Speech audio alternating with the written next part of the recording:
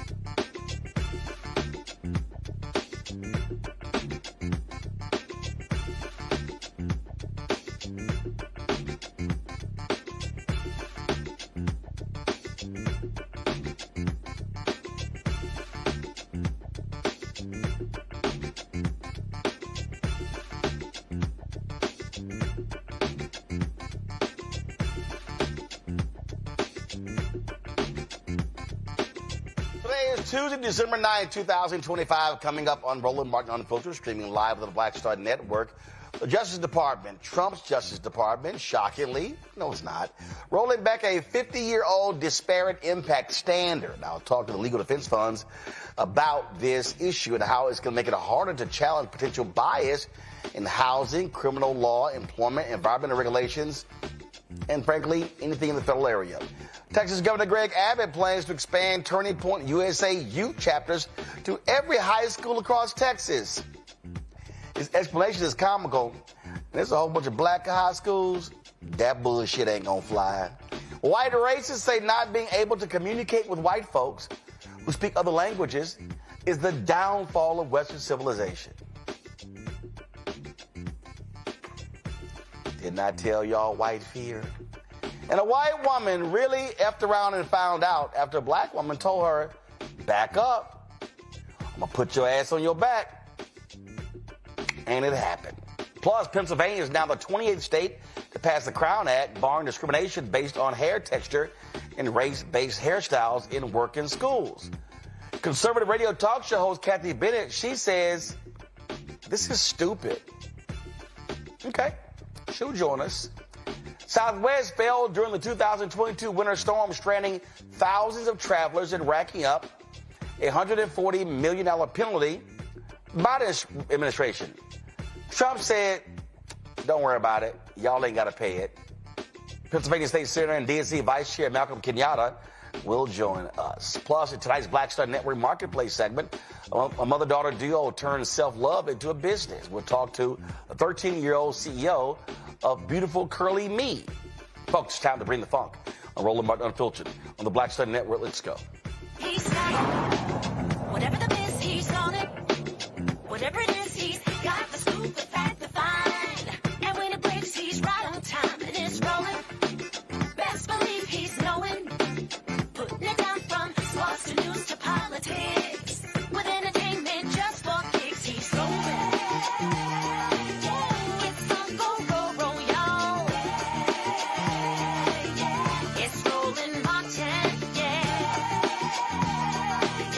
rolling with Roland now.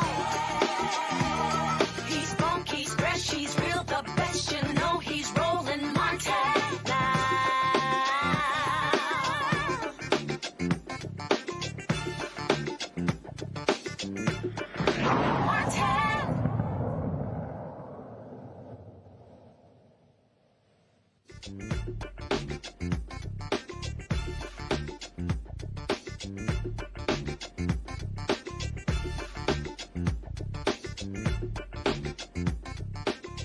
All right, Texas Governor Greg Abbott says he wants to expand Turning Point USA youth chapters into every high school across the state.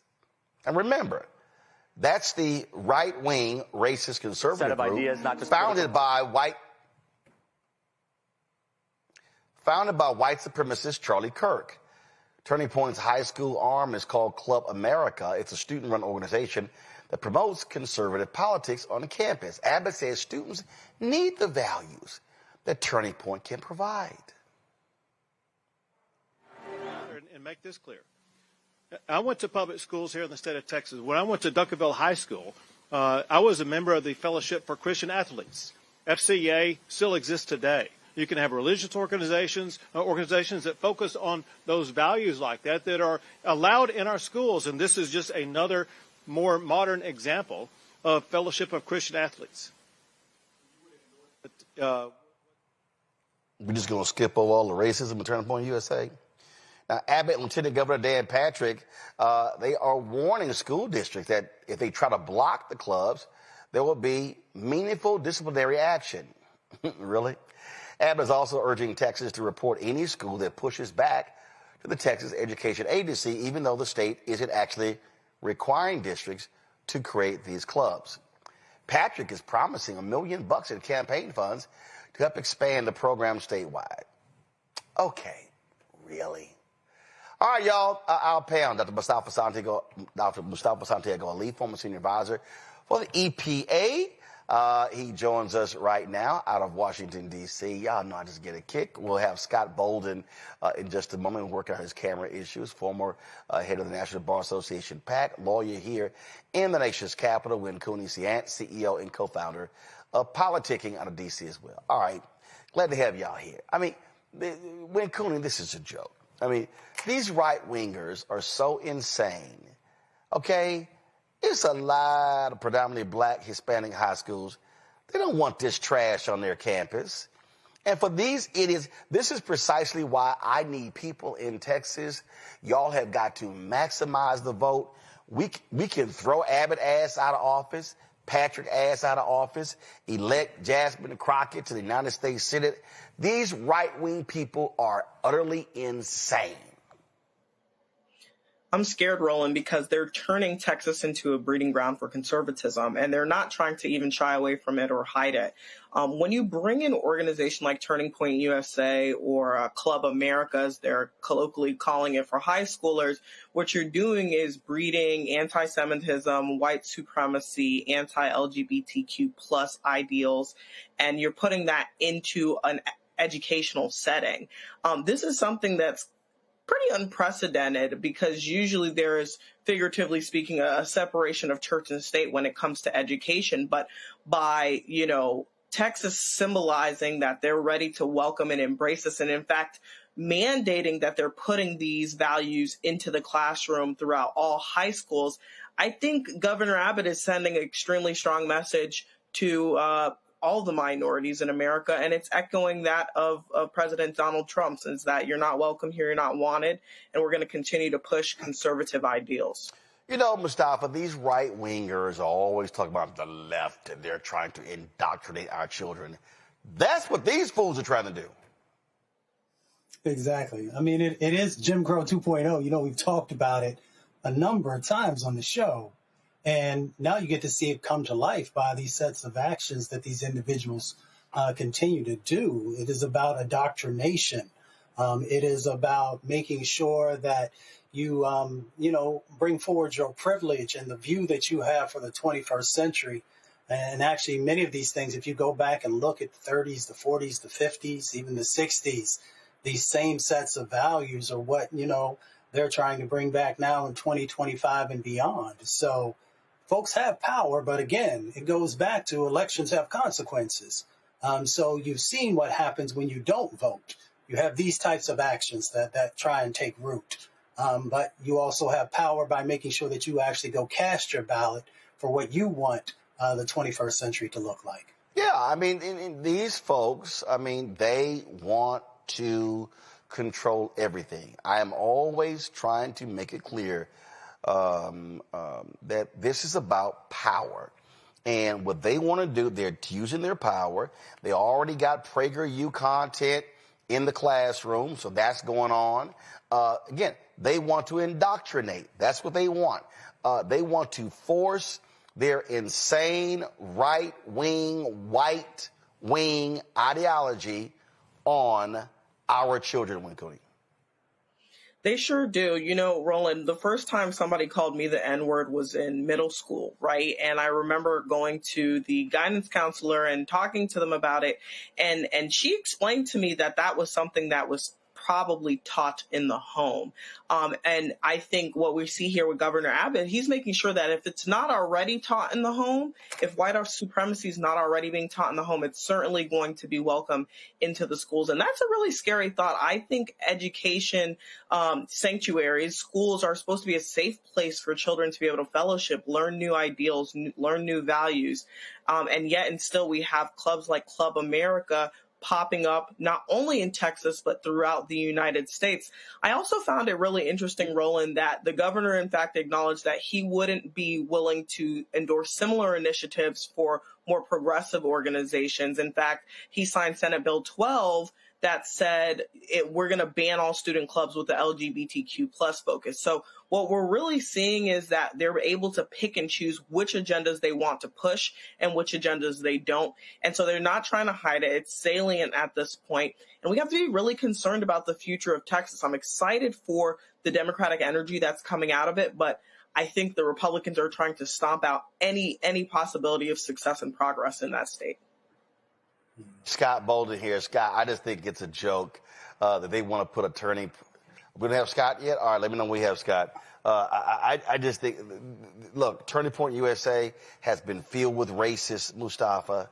Charlie Kirk often espouse racist views, and they are endorsing these racists coming on the campuses. And let's be real clear, 61% of Texas is minority.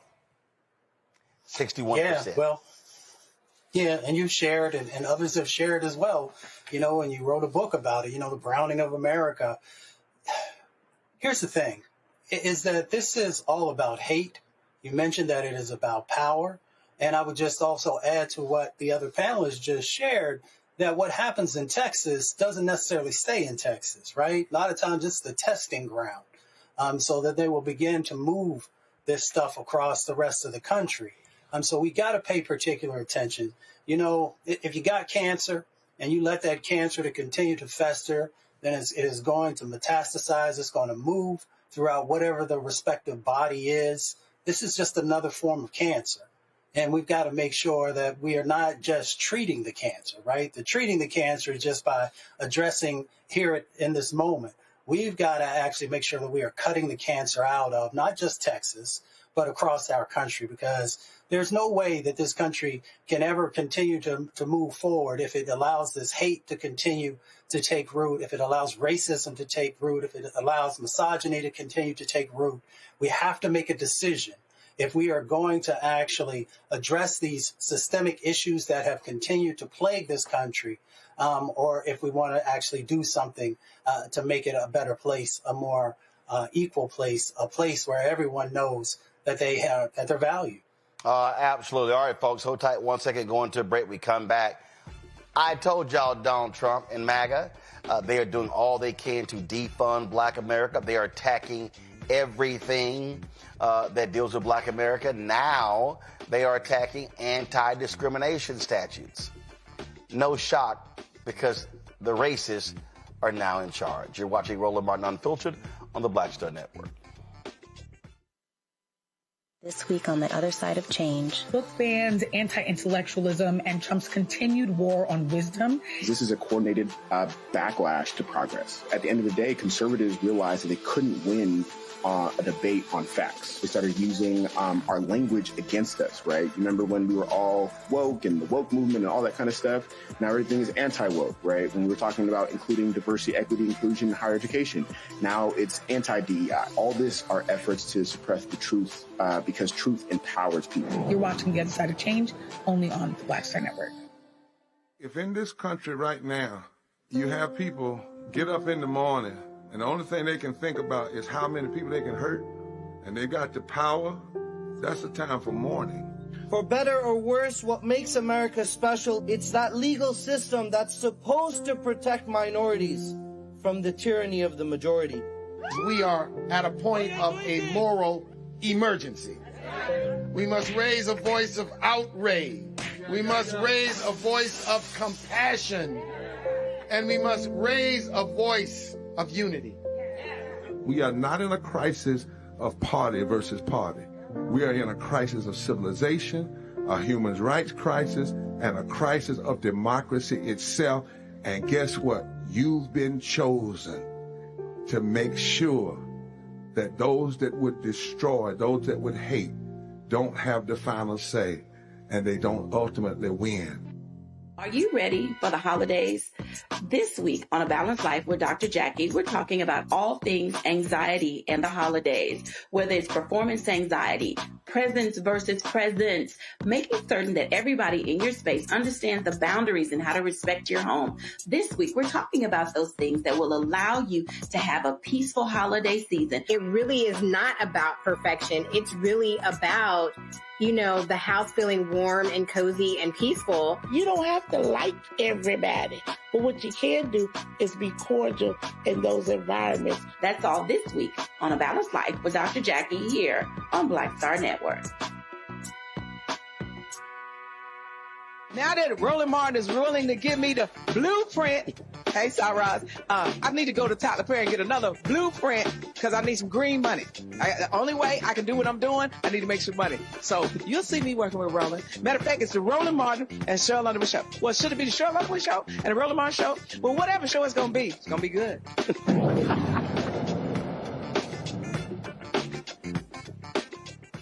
All right, Trump's Justice Department Civil Rights Division was created in response to the Civil Rights Act of 1957 to uphold the civil and constitutional rights. Well, in a letter released on the 68th anniversary of the division's founding, more than 200 former DOJ employees accused the Attorney General Pam Bondi and the Assistant Attorney General of killing major civil rights cases, including those involving police misconduct, sexual harassment, and voting discrimination. Well, today the department announced it will end long-standing civil rights policies that prevent local governments and organizations receiving federal funding from implementing policies that disproportionately harm people of color. This decision is revising its decades-old disparate impact standards. It'll make it more challenging to address potential biases in housing, criminal law, employment, environmental regulations, and other policy areas. Todd Cox is the Associate Director-Counsel of the Legal Defense Fund. He joins us right now. Todd, glad to have you back on the show. So, listen, these folks do not give a damn about people of color. They don't care about civil rights, and they are all about whiteness. They are claiming that these laws hurt white people. That's right. They're basically turning what we took for granted as civil rights laws and civil rights standards and turning it on its head. They're basically saying if you seek to enforce civil rights, if you seek equality, if you seek to include people of color, you yourself are discriminating. And that's completely opposite of what the law requires. It started with the attacks on DEIA, and which is really an attack on our civil rights standards, the legacy of Brown, the legacy of the Civil Rights Act that you talked about, all of the policies that are designed to make sure that our society is a truly multiracial democracy. And this administration, from the very beginning through its executive orders and other actions, have been trying to undermine that. And today's regulatory change is one more step in that direction. Yeah, these folks, they don't care. And we keep saying it to all the people out there who are playing games, sitting on the sidelines, saying, oh, voting ain't no big deal. Oh, we survived Trump before. Okay, so now all of a sudden, if you have some communities out there and then they want to sue, the feds are saying, don't come talk to us. We're going to show y'all the hand. That's right. You mentioned it in your opening. They used to be partners in enforcing the civil rights laws, right? Right, with the Legal Defense Fund and other organizations. We had school equity cases, education equity cases. We had voting rights cases. We had cases where we were seeking to make sure that our policing was fair and just. They were partners. Now they're reversing all of that, going backwards, withdrawing all of those consent decrees, dismissing lawsuits that they had filed alongside civil rights organizations like ours. And today's actions against disparate impact is really unprecedented and quite dangerous. And just quickly, disparate impact allows us to identify policies that might not be on their face discriminatory, but are plainly discriminatory in practice, meaning that a law or a practice may not say whites only, but the policy itself, as it's enforced, really has that impact of excluding Black people and other people of color. And the ability for civil rights organizations to go after those kinds of violations has really been important in advancing our civil rights laws and our civil rights regime. And the Department of Justice, as I said before, once was a partner. Now they're going back on that and are basically undermining the very laws that were enshrined in the Civil Rights Act and other civil rights laws in the 60s. Shortly after the election, I had, Harry Daniels, Ben Crump, and others, and I said, if you have a police abuse case, you don't even need to waste your time even calling the feds. That's right. I mean, they are no longer, as I said, no longer partners. We have school education cases, education equity cases where they were co-counsel, and now they have turned their back on us. And the same can be said for our voting rights cases, our cases in many other areas where they no longer are active participants, and in fact are doing the exact opposite. They are beginning to attack organizations, attack law firms, attack anyone that seeks to enforce civil and human rights. In fact, they're actually going out of their way to do the exact opposite of what they have been doing historically. And I think, again, today's impact or attack on disparate impact is one more step, and it's probably one of the more strident and dangerous steps by removing this important tool. Listen, no longer do we have what we call smoking gun evidence of discrimination. Discrimination over the decades now has gone underground. And what we have to do is basically look at how we enforce our practices, the policies we have that can operate in a discriminatory manner, even though on their face it may not look discriminatory. I think about tests for firefighters. We have many consent decrees, many lawsuits have been filed and actually have consent decrees looking at policies on how firefighters are tested. And we found or have been found those discriminatory against women. And those are standard. The Department of Justice used to file those lawsuits themselves. And now not only are they not going to file those lawsuits, they are saying that you are no longer prohibited to receive federal funding if you have policies that seek to enforce disparate impact or seek to comply with disparate impact. Questions from our panel. Wynn, Cooney, what do you have for Todd? So I'm curious about how we're going to continue to see this happen. So obviously he's gotten rid of it in this particular Department of Justice, but I'm curious as we push into 2026 with the upcoming elections, how do we think this is going to continue to happen in different organizations and agencies in the government? Well, I think they're going to continue, and they've already started to try to take what we have, I think, taken for granted as being an important civil rights infrastructure and undermine it. In various departments, they're attacking disparate impact. They're trying to roll back regulations and say you no longer can, enforce civil rights laws. And I think the way they're doing it is quite nefarious. What they did today was to do it without having the usual notice and comment period, which again is a standard practice and legal requirement that before you change a regulation, you are required to have notice and comment. And we've seen them hint at doing it with other agencies to change rules. They did it today. And I think we're going to continue to see them testing whether or not folks push back on that. So we're going to have to keep an eye open. We're going to have to make sure we're monitoring all of these regulatory standards, which they are beginning to try to roll back. And when there are opportunities for comment and push back. When they choose not to comment, we need to speak out and take appropriate legal action if necessary. Mustafa. Well, it's good to see you. You know, I've worked on Title VI of the Civil Rights Act for a number of years in the environmental context. I often talk about this around the cycle of cumulative harm. Can you talk a little bit about how this stuff plays out? You know, we often think about a case by case, but how it begins to build over time. Maybe it might help the audience to have a better understanding of what we're losing. Sure. Well, I can use an example in my own career. I was a voting rights lawyer for a very long time. And while we don't have disparate impact under the Voting Rights Act, we have something called Section 2, which requires that electoral systems operate in a fair manner. And in that situation, the community that I was representing didn't have fair representation. They had an at-large election system or a system where they were not allowed to elect their candidate of choice. The result of that meant that the jurisdiction invited in a company that polluted.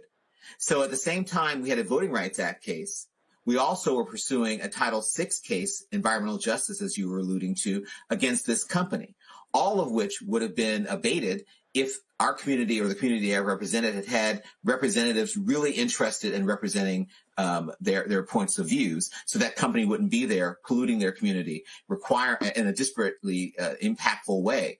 That community was majority Black, and the community or the city council invited this company in, ignoring the interests of Black people. So I think these things are cumulative.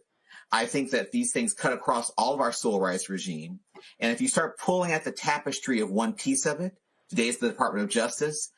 Tomorrow it might be an environmental regulation in the EPA. It's all going to eventually fall apart and really impact our ability as Black people to survive in this country. Absolutely. Well, Todd, listen, I keep telling people, if you don't vote, then the folks who do vote are going to get the kind of representative government that they desire.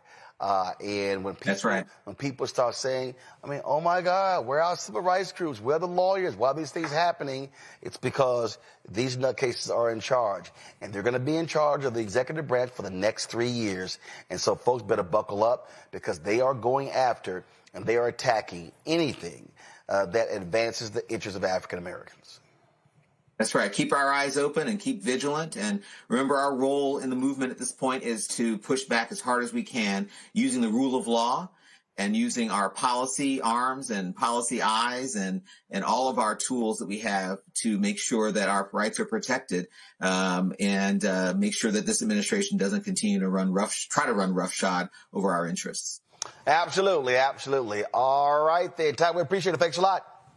Thank you very much. Have a good night. Folks, we come back. Congresswoman Jasmine Crockett, she unveils her first campaign promo ad, if you want. And Lord, why are all these people going crazy? Why are all these right-wingers, why are all these white progressives just losing their minds? And I'm like, she can talk about public policy over the next 3 months. Why y'all tripping? We're going to talk about that when we come back. Roland Martin Unfiltered, the Black Star Network. Support the work that we do. Join our Bring the Funk fan club. Your dollars goes to support the show. You want to give to us, Cash App, and Strut QR code. You see it right here, bottom left-hand corner. PayPal's R Martin Unfiltered, Venmo RM Unfiltered, Zelle, Roland at RolandSMartin.com, Roland at RolandMartinUnfiltered.com. Check some money order, make it payable to Roland Martin Unfiltered, P.O. Box 57196, Washington, D.C. 2003, 7-0196. Back in a moment. If in this country right now, you have people get up in the morning and the only thing they can think about is how many people they can hurt, and they got the power, that's the time for mourning. For better or worse, what makes America special, it's that legal system that's supposed to protect minorities from the tyranny of the majority.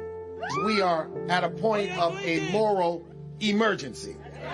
We must raise a voice of outrage. We must raise a voice of compassion. And we must raise a voice of unity. We are not in a crisis of party versus party. We are in a crisis of civilization, a human rights crisis, and a crisis of democracy itself. And guess what? You've been chosen to make sure that those that would destroy, those that would hate, don't have the final say, and they don't ultimately win. It's your boy Earthquake, giving Roland Martin something to do, because he don't know what to do. He from Texas. Ain't his fault.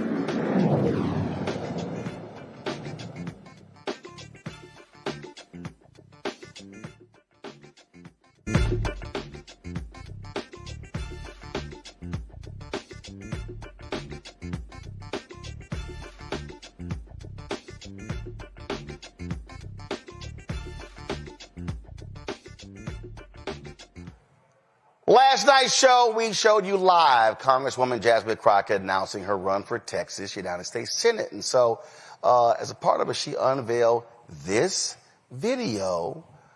Let's roll it. How about this new one they have? Their new star, Crockett. How about her?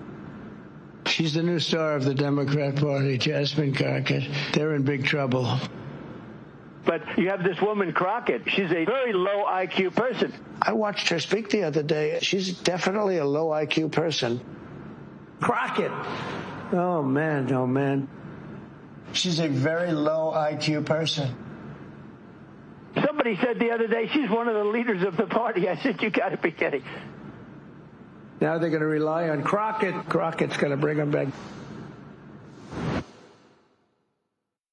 So I sat there last night, and Lord, y'all, I watched all of these crazy as folk. All of these people. I watched them just sit here and trash her. And, oh my gosh, she's awful and she's terrible.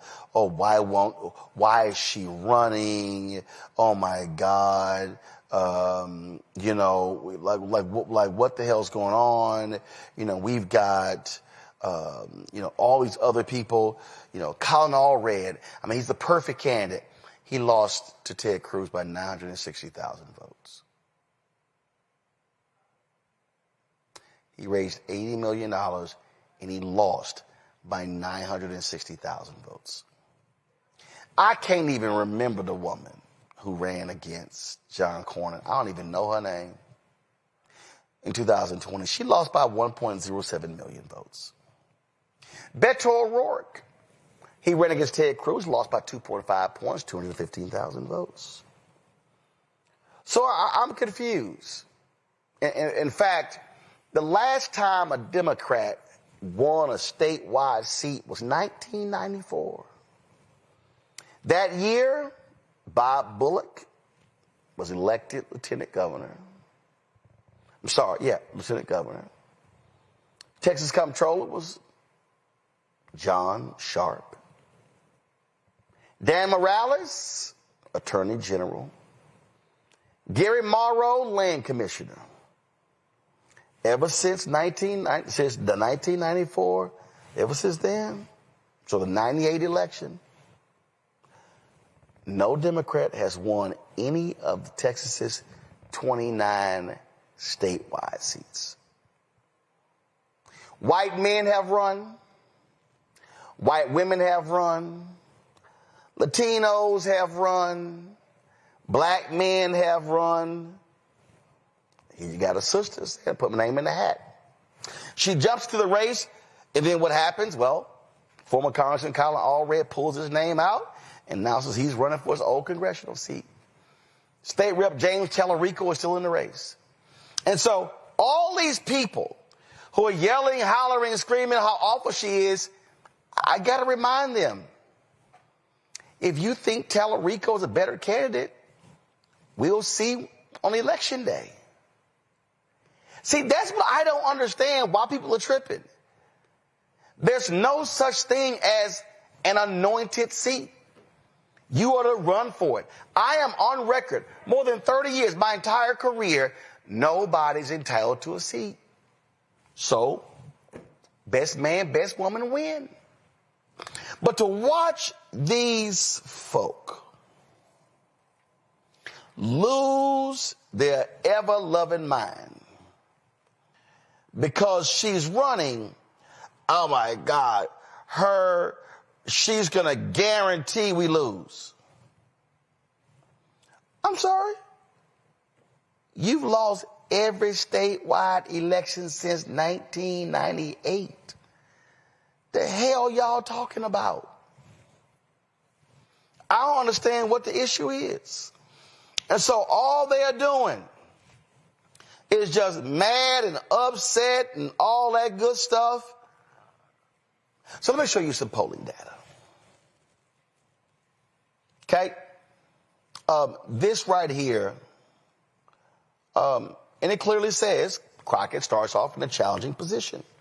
She has the highest name recognition of any potential Democratic candidate for the seat, but more voters hold an unfavorable opinion of her than favorable. Her unfavorable is 40. Her favorable is 33. Colin Allred, former Congressman Colin Allred, State Rep James Tallarico, have significantly lower unfavorable ratings. The problem is, don't nobody know him. Look, James Tallarico, never heard of him, 49. Wesley Hunt, Republican, never heard of him, 45. Colin Allred, never heard of him. 21. Y'all, he ran for the U.S. Senate against Ted Cruz just a year ago. So his unheard of was higher than Crockett's, and she didn't run statewide. So then when you go sit here and look at this here now, net favorable, Talarico's plus 30, Allred is plus 3, Crockett minus 8. A lot of that is because Trump has been targeting her. Nearly half say they would definitely not vote for Jasmine Crockett. Okay. Now, according to this poll, Crockett trails Cornyn 49-41 and Ken Paxton 50-42. Now, what does that mean? You got some work to do. Look at this, what it says here. As of today, Democrats hold an edge on voter enthusiasm for next year. That's really important. Boom, right here. That dynamic is what can make this race more competitive. Ken Paxton is deeply unpopular with Democrats, 81%, very unfavorable. Independents, 50% unfavorable. John Cornyn is unpopular with these votes as well, 56 unfavorable, 41% unfavorable. But they see him better than they do Ken Paxton. So, she's running. Talarico's running. And so I don't understand why all these people are just losing their minds, acting a fool in this race. I mean, bottom line is you simply do what you got to do. So it really is hilarious watching these people as they whine and complain. Now, here's the deal. Here's some other polls right here. The University of Houston, Texas Southern University poll shows that if it's Paxton versus Crockett, 49-47. Cornyn, 50% 40. Hunt, 50-45. Then all of a sudden, you begin to look at Talarico. O'Rourke is not going to run, but Talarico versus Cornyn, 44.5-40, 48-45. And then, so you look at all these, all these different races. You see where Allred was here. But the bottom line is this here. You win not by polls, you win by turnout. And so what does Crockett do? Crockett can speak to the interest. And her whole goal is how do you drive black turnout? There are more eligible black voters in Texas than any state in the country. Hispanics are not as all happy with Donald Trump. So those Hispanics are like, that could be a significant deal. But it's been hilarious, Mustafa, to see how Elon Musk has been rigging the algorithm to attack Jasmine Crockett. When they attack you that hard, that means they scared. That's exactly what it is. They are really scared of her, and they should be. She is incredibly intelligent. She is charismatic. She brings fire. She brings commitment. She knows the issues, right? She knows the issues from the state level and the federal level, but she also understands the bread and butter issues that folks are going through, on a day-to-day basis. And she also understands the weaknesses that exist in the opposition party on the platform that they currently have, which does nothing to support, working class folks, let alone lower wealth folks. So they should be afraid because not only all of those things that I just mentioned, but she can articulate a message in a way that she brings both humor and a cutting wit that is so incredibly necessary to be able to deal with all the attacks that are going to come.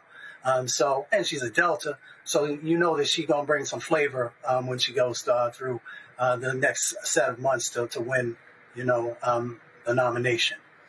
When Cornyn was really interesting is a lot of these same, crazed, deranged white progressives, many of them can act just like white conservatives.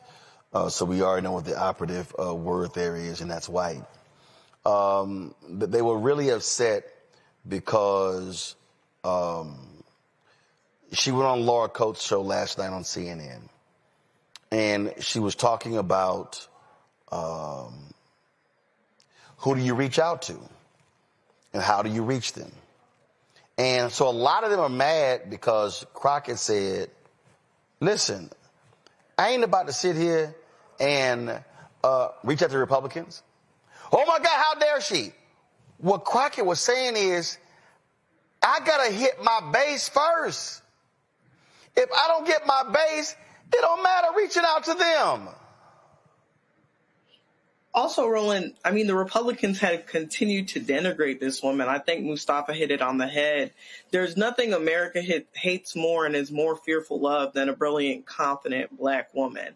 And I think if and hopefully when Congresswoman Crockett is elected, she will reach across the aisle. She will play ball. She will support bipartisan bills, as she's shown that she has in Congress. However, she's going to stand on the side of righteousness and what she thinks is right and what she believes is advantageous for her people. And that used to be her congressional district, and hopefully it will be the entirety of the state of Texas. But I think what a lot of people are scared of in terms of this political advertisement is you see someone that is dynamic, you see someone that is not afraid to back down to President Trump.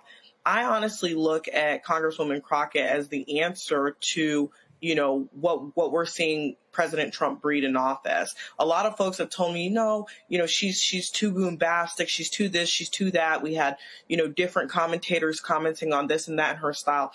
At the end of the day, Jasmine Crockett has garnered attention for the state of Texas. She's continued to make Black people the focal point of her career, first as a civil rights attorney, now as a congresswoman, and hopefully as a senator. So I think we need to continue to watch her trajectory. I do think Donald Trump is right on one thing. She is a star of the Democratic Party, and I think we'll be seeing so in 2026. One of the things that they've been trying to hit her on is she going to denounce AIPAC? Mustafa, she ain't never took no AIPAC money. And I'm like, she'll need to address that. What's the issue happening right now? Affordability, tariffs, the economy. So my whole deal is, don't fall for that okie doke. That's somebody else's issue. What she should be fixated on, again, is what is she going to do for Texas voters? Exactly. Whenever you get that light bill, she should, she's going to talk about that the prices need to go down instead of going up. When you go in the grocery store and now you look and you see something that used to cost $100 when you were walking out, now costing $300, she should focus on that. She should focus on the fact that your jobs no longer exist because they got shipped out or they got broken down because of the tariffs. That's what people care about. That's what Black folks care about. That's what Latino folks care about. That's what white folks care about. And she should be focusing on those bread and butter issues. Absolutely. Far and wide. You know what? I'm going to talk about some other stuff here, but I want to bring in now Pennsylvania elected official Malcolm Kenyatta, vice chair of the Democratic National Committee. He joins us right now. So Malcolm, here's the whole deal, and I'm not asking. So if you can endorse, I understand it. If you are endorsing, just let us know. But what's amazing to me, and I get it, people got opinion, but I had to smack some people yesterday. I saw fools in Maryland, Long Island. Oh my God, this is awful for Texas. I'm like, y'all ass ain't even from here. I saw this one dude from New Zealand weighing in. I'm like, what the hell do you know about Texas voters? This is why people need to be very concerned with when y'all see folk talking about an election. First check to see where they from, because all the people who are trashing Crockett said how awful she's going to be for Texas. I'm like, you can't even vote. I told one person, I said, let's do a test. Can you tell me how many counties are there in the state? I'll wait. So you know this, as vice chair of the Democratic Party, we don't endorse in primaries, but I will say what I said online, yesterday. Primaries are good things, and we need to be a party that embraces it. When we embrace the primary process, what we're doing is we're embracing democracy.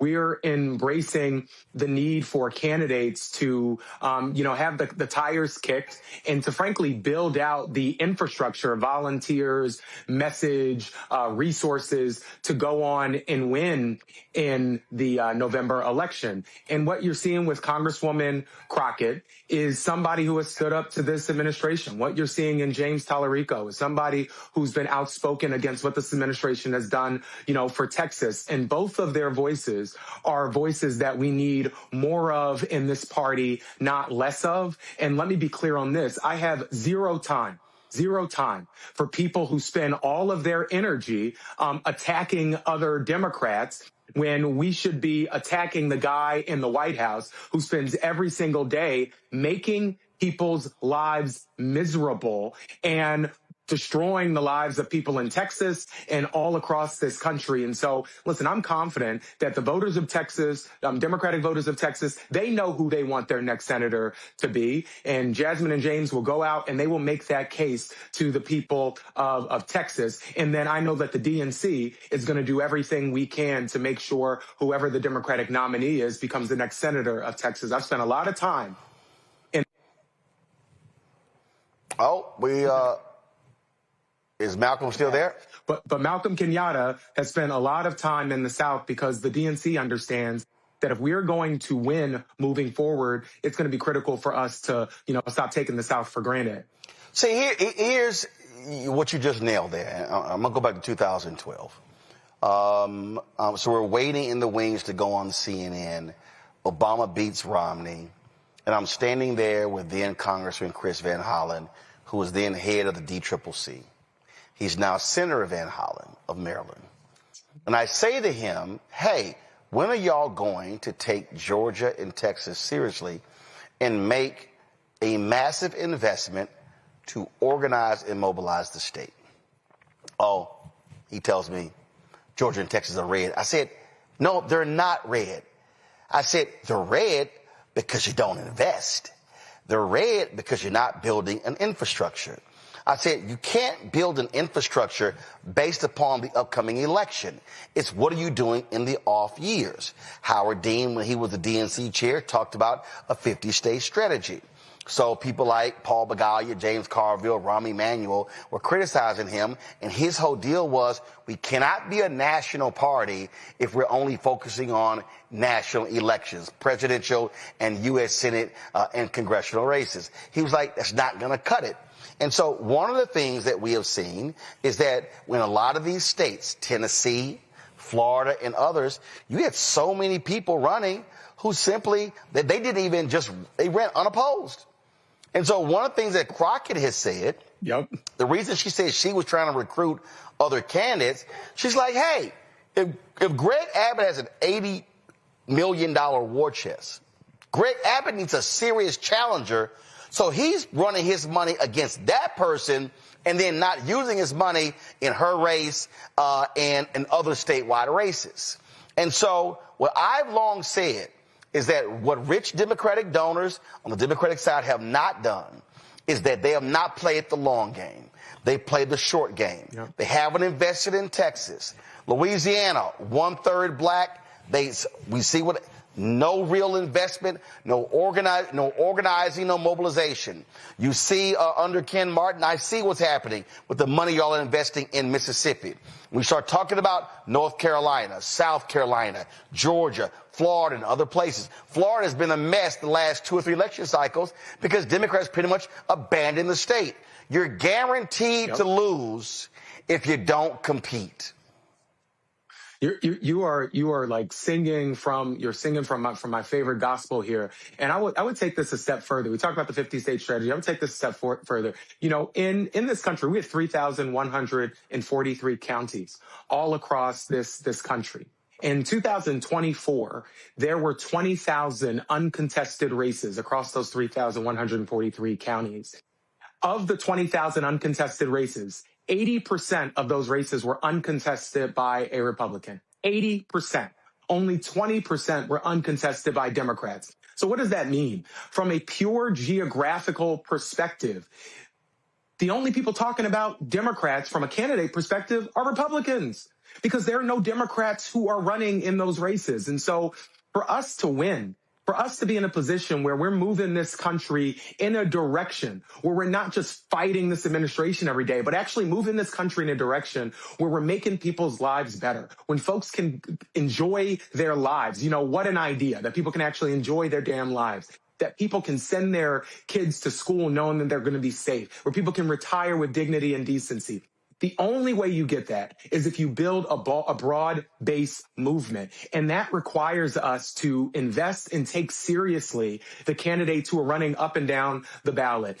Jasmine and James are both good friends of mine, and I know they won't begrudge me for what I'm about to say next. But for a lot of people who are spending all this time talking about a race in Texas, as important as it is, there are school board candidates who live in your neighborhood, who need your support, who need your investment right now, who need your, your volunteer time. There are candidates running for mayor and city council who are going to be running for state representative and state senate next year who need your support. And so we have to, juggle multiple things at a time, but we can't spend all of our time as a party saying, well, who's the next president going to be and who are, the 100 senators going to be? It is important, clearly, who the president is. It is important who those 100 senators are. It is important to who those members are of the House of Representatives. But if we are going to win and actually deliver lowered costs for people, actually deliver that life that I'm talking about that people deserve to live, then that is going to take us running candidates everywhere. And that is what this new DNC is going to be laser focused on. And I'm so happy you mentioned those investments, Ken Martin is making, because, Ken is getting a lot of crap for making those investments, for increasing our investments into our state parties from what was 8% to now what is 24% of the DNC's budget. A lot of folks don't like that, but we understand that if we're going to win, it's not going to be one in D.C. We're going to win by investing in what people are doing on the ground where they live. The story we want to talk about, I think this is a perfect example. It deals with Southwest Airlines. The Biden administration slaps them with a $140 million fine. Trump wipes that fine out. Okay, so that happens. Then we start talking about how he's letting all these con men out, Ponzi schemers as well, people who screwed over, teachers and firefighters and veterans and things along those lines. And my whole deal is, these are the people. If I'm in the DNC, I'm going and get as many as these people. I want to put their faces out. I want them telling their story about, this person who had a $1.6 billion Ponzi scheme who Trump let out of prison after only serving a couple of hours. This person stole our life savings. It's having those stories and framing it, because what you have is you have a con man, a corrupt con man who is sitting in the Oval Office and not only letting him out of prison, saying, oh, yeah, don't worry about it, you ain't going to pay restitution. And these people have screwed over hardworking Americans. Roland, the anger that I carry with me on this topic, it knows no ends. The depths of it know no end. Because you talked about it, these pardons that we're seeing, this wiping away of any sort of accountability for these corporations that have screwed people over. It is the core principle of this administration that if you are wealthy and you are willing to fillet Donald Trump, then you can do whatever the hell you want. And we should be very clear about this. When Southwest was screwing over folks, when these airline companies are making people miss graduations, miss their weddings, miss funerals, miss work events, these aren't just Democratic voters. Mm-hmm. These are a lot of Trump voters. And I tweeted this out, but Donald Trump will never, ever, ever put working people, middle-class families over his wealthy donors ever. And so, I really do hope that a lot of people who gave Donald Trump a chance, recognizing, excuse my language on this, Donald Trump does not give a fuck about you. He does not. And, for so long, Donald Trump says, well, if you put this hat on, you're a part of my group. You're not a part of his group because you own his hat. You are another person that Donald Trump believes is a sucker.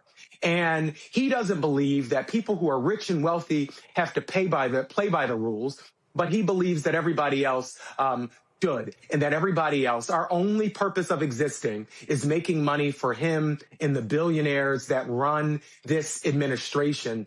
And listen, the Biden administration, one of the things that, would frustrate me that got no coverage really was Biden Harris and Kamala Harris and their focus on dealing with junk fees and their focus on making companies that screw you over when you buy a ticket to a football game or to a concert or when you're at the airport, that if they don't do right by you, that they actually have to pay, that the companies have to pay for doing that. And all of those rules, this administration has rolled back. So if you miss your flight 2, 3, 4 times, the airline company under the Biden-Harris administration had to reimburse you.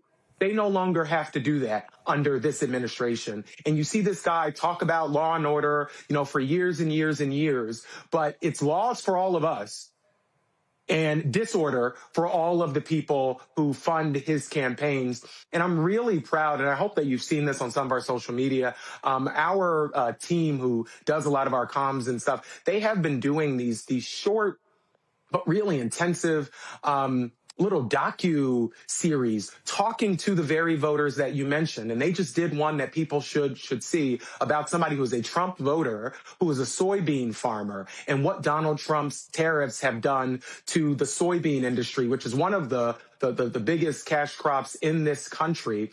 And, now, as you know, and I'm sure you've talked about on the show, Donald Trump is giving a $12 billion bailout to farmers because he screwed them over with tariffs. And that bailout will do nothing to deal with the erosion that these folks have seen in their ability to keep their farms operational and to actually run the businesses that they have.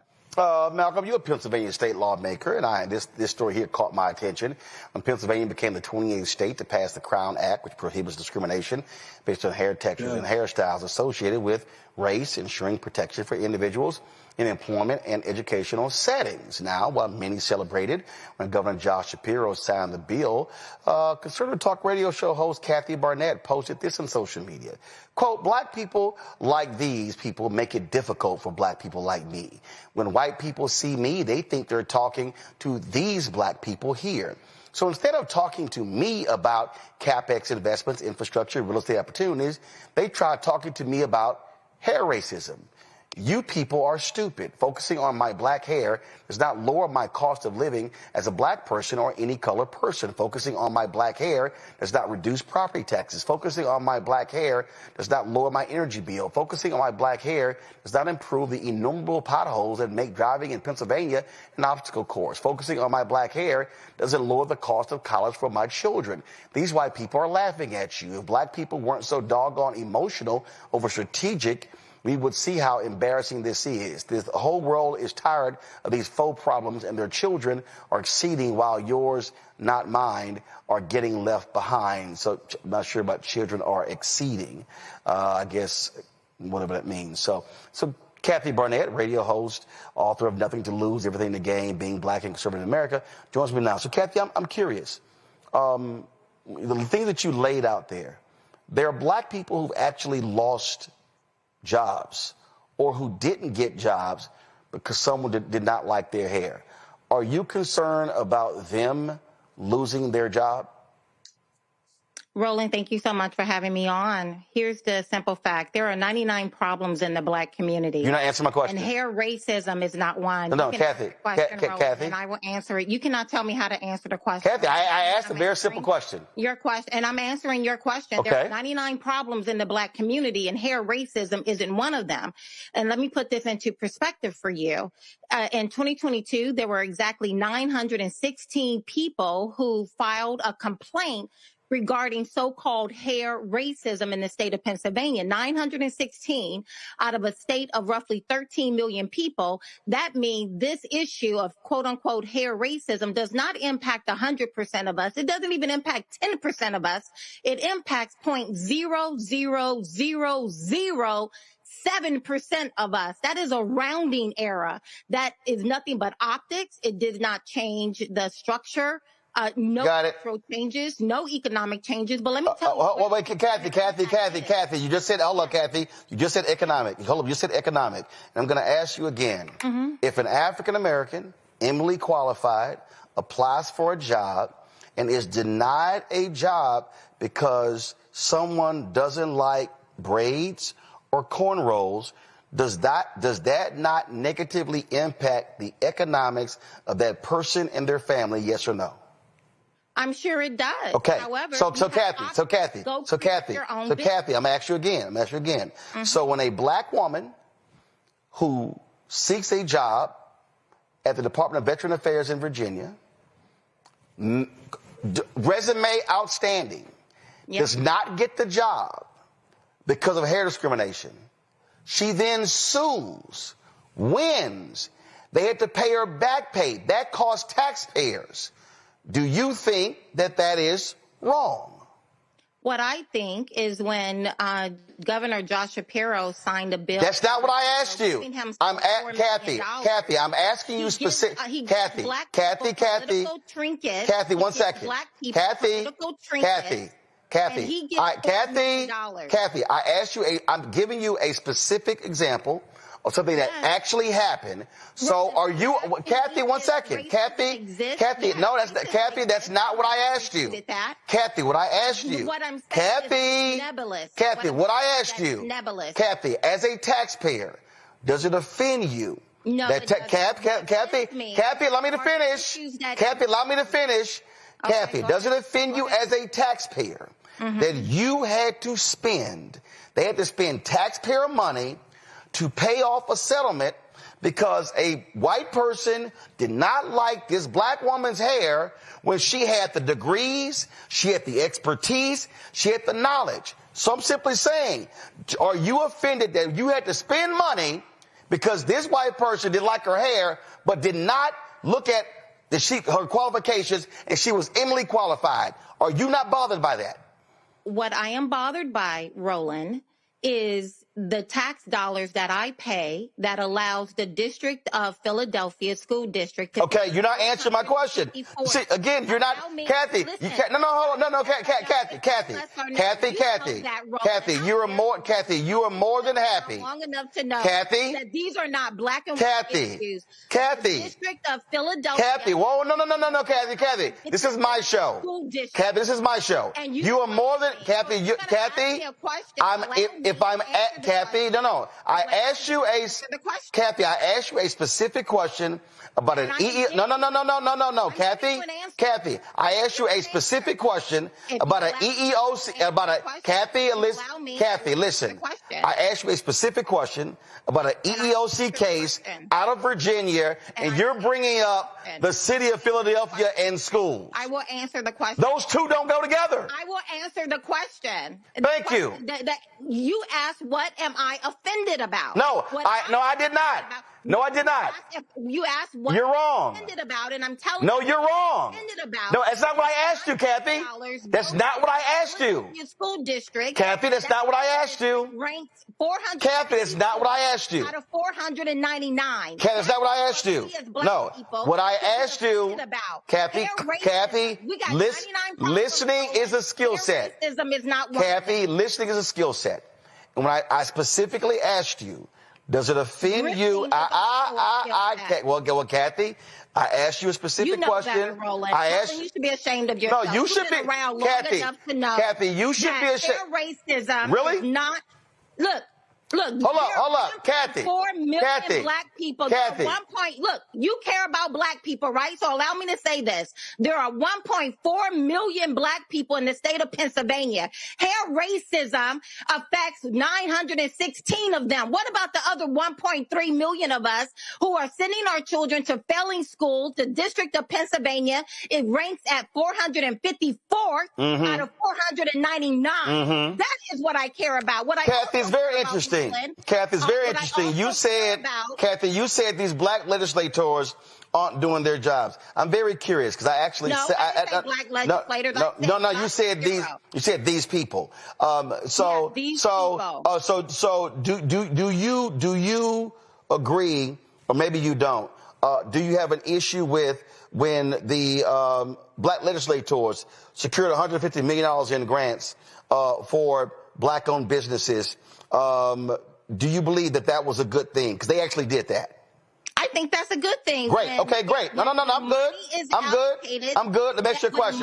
Let me ask you a question. Do you agree, Kathy? Let me ask you agree. Yes. Kathy, do you agree? Do you agree that the $300 million that they obtained for anti-violence programs in our communities, that's a good thing? I don't know. I don't know what is actually being spent on. Well, according to the data, Kathy, according to the data, it resulted in a 40% reduction in violent crime in Philadelphia. I don't know, because in the state of Pennsylvania, because I live here, we have over 100,000 violent crimes every single year. Got it. We also have fentanyl is exploding on our streets because Democrats open up our borders, got it. flooded and illegal. I'm curious. I'm curious, Kathy, I'm curious. Did you know that? Kathy, I'm curious. Does Pennsylvania, Kathy, I've seen a map. Does Pennsylvania share a border with Mexico? Oh my goodness, Roland, you are not, you know what? Your premise. No. You literally just said, you literally talking about fentanyl coming across the border. You said into our state. Where is it coming from? Kathy, where's the fentanyl? Kathy, where's the and buses and sent them into our community? Oh, gotcha. Don't act stupid. Kathy, I'm gonna ask you this here. Kathy, I'm gonna ask you this here. Do you give the black legislators credit for securing? And why do you keep saying black legislators? Because it's not just black legislators. Oh, okay. I'm sorry. Please pull up Kathy's tweet. Please pull up Kathy's tweet. Please pull up Kathy's tweet. Please pull up Kathy's tweet. Kathy, in your tweet. Kathy, in your tweet. Kathy, in your tweet. Kathy, in your tweet. Kathy, in your tweet. This is what you said. It's right here. You said black people like these people make it difficult for black people like me. So you clearly were talking only about the black people in the video, not anybody else. I was talking about, and then I also threw in there the white people who are like. No, you didn't. No, you didn't. You said, Kathy, 1 second. Kathy, that's a nice try, Kathy. Stop it, Roland. Kathy, you said, quote, Kathy, hold up, Kathy, I'm reading your tweet. You said, quote, you said, when white people see me, is a skill set. Kathy, you said, when white people see me, they think they're talking to these black people here. You know what? You can believe whatever you want to believe. Kathy, I'm reading your tweet. My tweet is real clear. Black people like you, Roland, who major in racism and victimology. I'm literally looking at your tweet. You made no mention of anybody white in the photo. Shapiro gave himself $4 million. That's hilarious. To do video TikToks and gave us political trinkets. Malcolm Kenyatta. Impact the overwhelming majority. Malcolm Kenyatta, let me ask you a question. Malcolm Kenyatta, let me ask you a question. Give me the $4 million. Malcolm Kenyatta, you are a state representative in Pennsylvania. Yeah. And you were there in the state capitol. You were there advocating, fighting for things. So when you hear someone say, again, I read her tweet, and it's all targeting black people. There was no mention of anybody white. When you hear someone say that, oh, these black people, they are focused on hair racism and nothing else, and she lists all these things, Malcolm, surely y'all are focused on infrastructure. You're focusing on investments. You're focusing on education and housing. So Malcolm, go ahead and give us a sense, Malcolm, of the things that you and other black legislators are working on that Kathy talked about.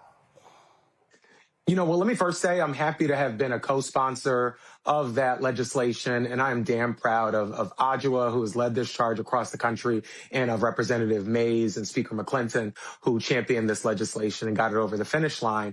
And that legislation is a part of a whole host of things that we got done this year. That bill, which was passed in bipartisan fashion, is a part of a whole series of bipartisan wins that we got for the great people of Pennsylvania.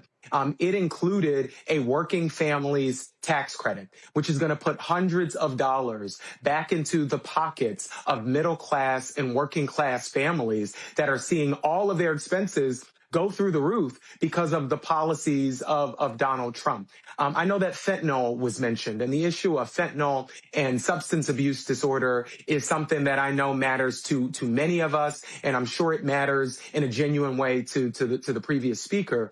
But what I would say is we have Donald Trump, who just last week pardoned one of the world's worst drug dealers who was pushing many of those same drugs into our communities. And we have been at the state level trying to do everything we can to address it. And so what does that look like?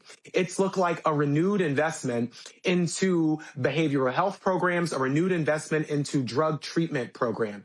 It has looked like the over $400,000, I believe, that we're at this point in terms of gun violence prevention grants. What it has looked like is investing in education. We've invested in our school districts just in the last two budgets, nearly $1 billion, the single largest investment into K through 12 education in Pennsylvania history. And believe it or not, we've done all of these things while getting Democrats and Republicans to come together. What I have learned is that we do not have to continue to sort of leave who we are at the door. You know, it was mentioned that 900 or so people in Pennsylvania filed a complaint. Well, you know what? There are thousands of other people who didn't file a complaint. And I think one person who is discriminated against simply for existing is one too many. And we can do multiple things at once. We can pass a bill that says you can't discriminate to people based on how their hair grows out of their heads. We can also pass investments for people to start and open small businesses. We can also do the things that I mentioned on education, on tax credits, and on a variety of other things. And so this idea that we can only do one or the other isn't an idea that makes much sense to me. And I've also said that, you know, continuing to put us in a position where we are saying to folks that it's okay if we treat this person or that person differently because it's only this percentage of people, that's wrong. That's not what my faith teaches me. My faith teaches me to care about the least of these, and that's what the priorities of this House majority has been. Kathy, why you sign off, Kathy? Kathy, I wanted to give you an opportunity to even ask the representative a question or respond to all the things he just talked about. But it looks like Kathy logged off. I guess it was too much. We say bring the funk. I guess it was way too much funk on the show, and she couldn't handle it, or she couldn't just handle all the facts that were laid out. And again, I really would have wanted Kathy to respond to what you just laid out about all those things that were actually in the bill beyond the hair discrimination. I would have loved to hear. I mean, State Senator Vincent Hughes sent me a text, and he said black legislators were the leaders in education fair funding fight, which has driven in 3 years about $2 billion of new money to historically underfunded school districts, largely African American. I would have loved for Kathy to actually respond to that. And so if you're going to sit here and again put the tweet up and see, this is why I did this. See, Malcolm, if you're going to sit here and trash black legislators and then try to come on my show and lie and say, oh, I didn't just talk about them, I was talking about the white ones too, when I know how to read. I used to read 300 books a summer. Black people like these people make it difficult for black people like me. When white people see me, they think they're talking to these black people here. So instead of talking to me about CapEx investments, infrastructure, real estate opportunities, they try talking to me about hair racism. You people are stupid. Focusing on my black hair does not lower my cost of living as a black person or any color person. Her whole tweet, she was trashing black legislators. But now you want to come on and say, oh, no, I was talking about Josh Shapiro spending some money on TikTok. No, baby, we know how to read. That's what you said. But I guess it was too much funk in the funk house, so Kathy signed off. Well, Roland, I'll say one more thing just very quickly. You know, what makes life difficult for Black people like Kathy, for me, is not calling out racism, discrimination. It's the discrimination.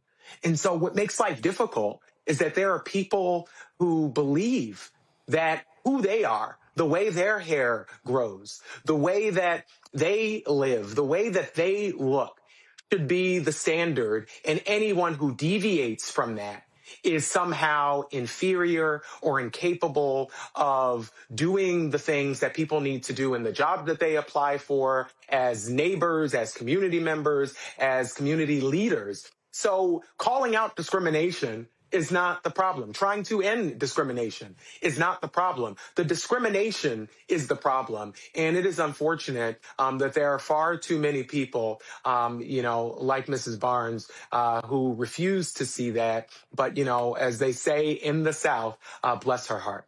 And look, has she ever invited you on her show? No, but I'd be happy to go. Kathy and I both ran for U.S. Senate at the same time. Oh, Kathy! I remember seeing. Kathy, you back? People talking about both of our hairs, by the way. Oh, Kathy, you back? Kathy, okay. Now hold up. Did Kathy come back?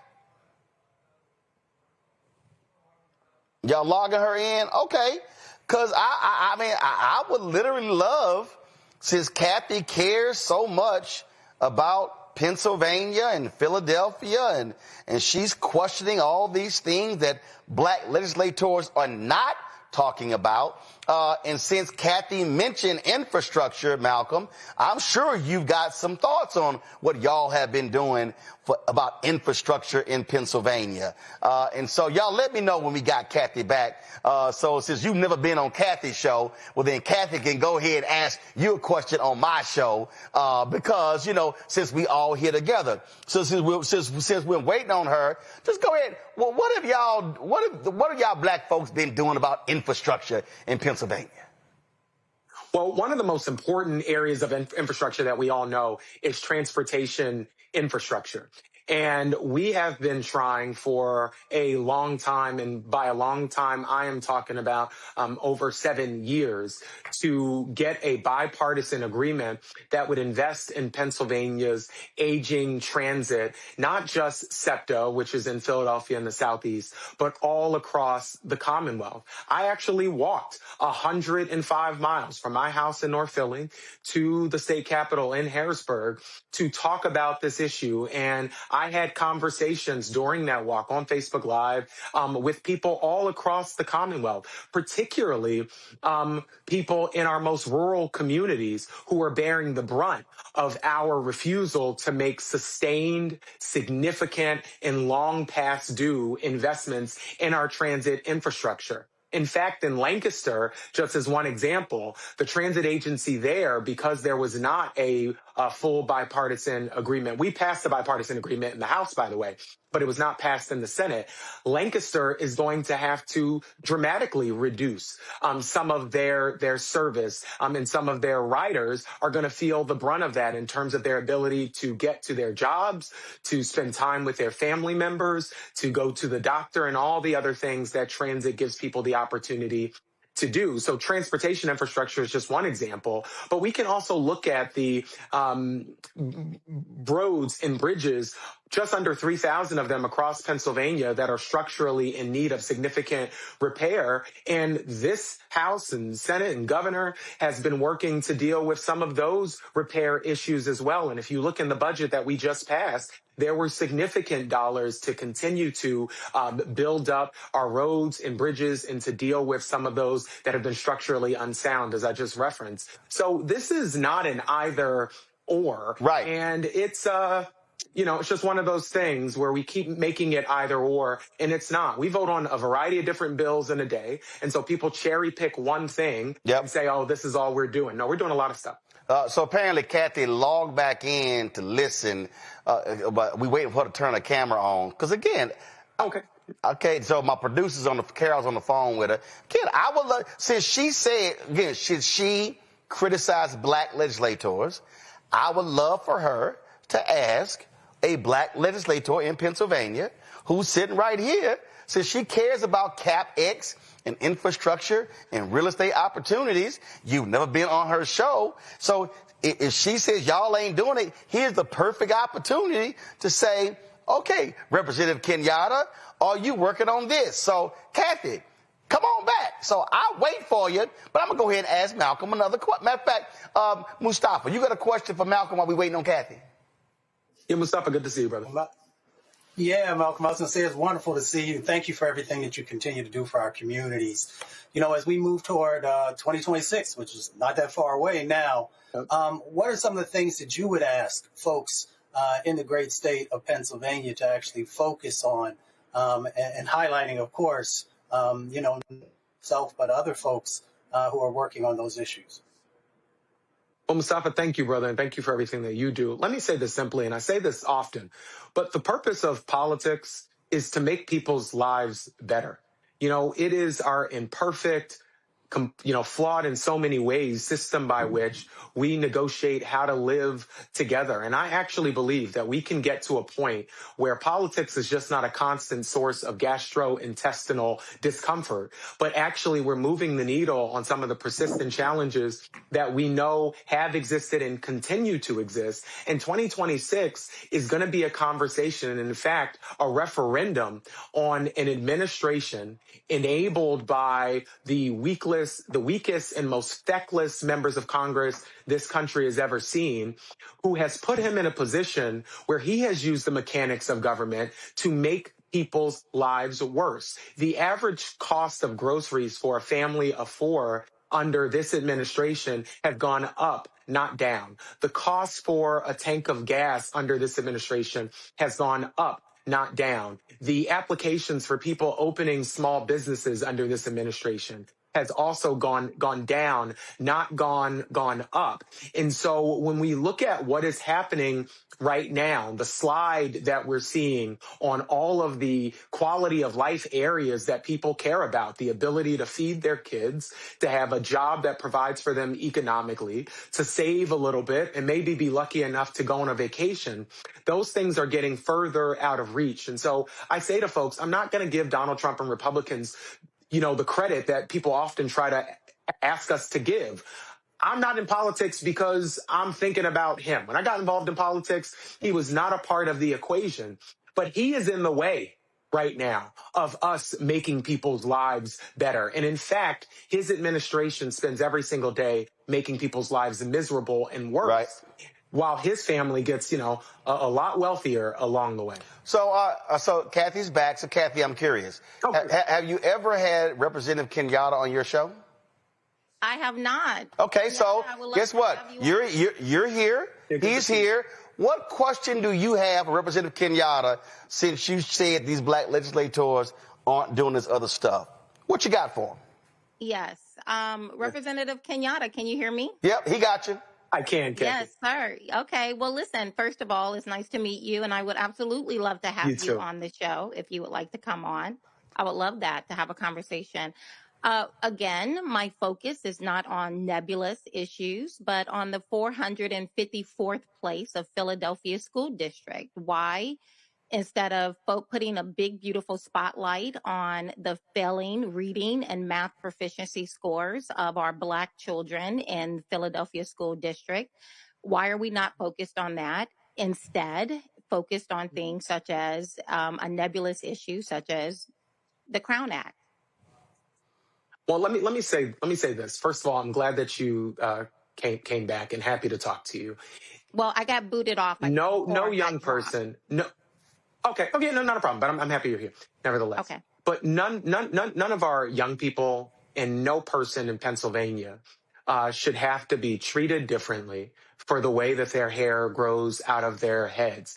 If you agree with me on that simple proposition, then you will agree that what we did was the right thing. And we weren't passing the Crown Act in contrast or in spite of addressing the other issues that matter. We're dealing with these issues in tandem because we can walk and chew gum at the same time. As it relates to our young people, we need to be very clear. None of our kids are failures. And when we talk about the statistics that you talk about with reading, math, science, whichever statistics you want to use, with those reflect our kids. And we need to be all committed to doing everything we can to change outcomes for them. And that's what this caucus has been committed to do. Let me tell you what we have done. As was just mentioned, let me just finish. Hold on. He's going to finish. I'm going to let you ask a follow-up. He's going to finish. I'm going to let you ask a follow-up. Malcolm, continue. We mentioned this before. So I won't tarry on the point because we mentioned it before, but I don't know whether you heard it, Kathy, so I just want to highlight it. We have just, over the last 2 budgets, invested just under $1 billion into our kids, just in Philadelphia School District alone. Why did we do that? Because for decades, Philadelphia schools were not adequately funded. That is my belief, but it's not just Malcolm Kenyatta's belief. The Commonwealth Court, and actually a pretty conservative judge, looked at this issue, looked at this case about school funding that was brought by parents in Philadelphia who were worried that their kids were not getting the same quality of education as other students across Pennsylvania. That case took years and years and years, and what the Commonwealth Court ultimately said was that Pennsylvania was not doing what we are required to do by our Constitution, which is to provide an equitable education, a thorough and efficient education. We weren't doing that. And so we are now doing what should have been done decades ago to invest in our schools, and we're going to continue to do that. Yes, thank you.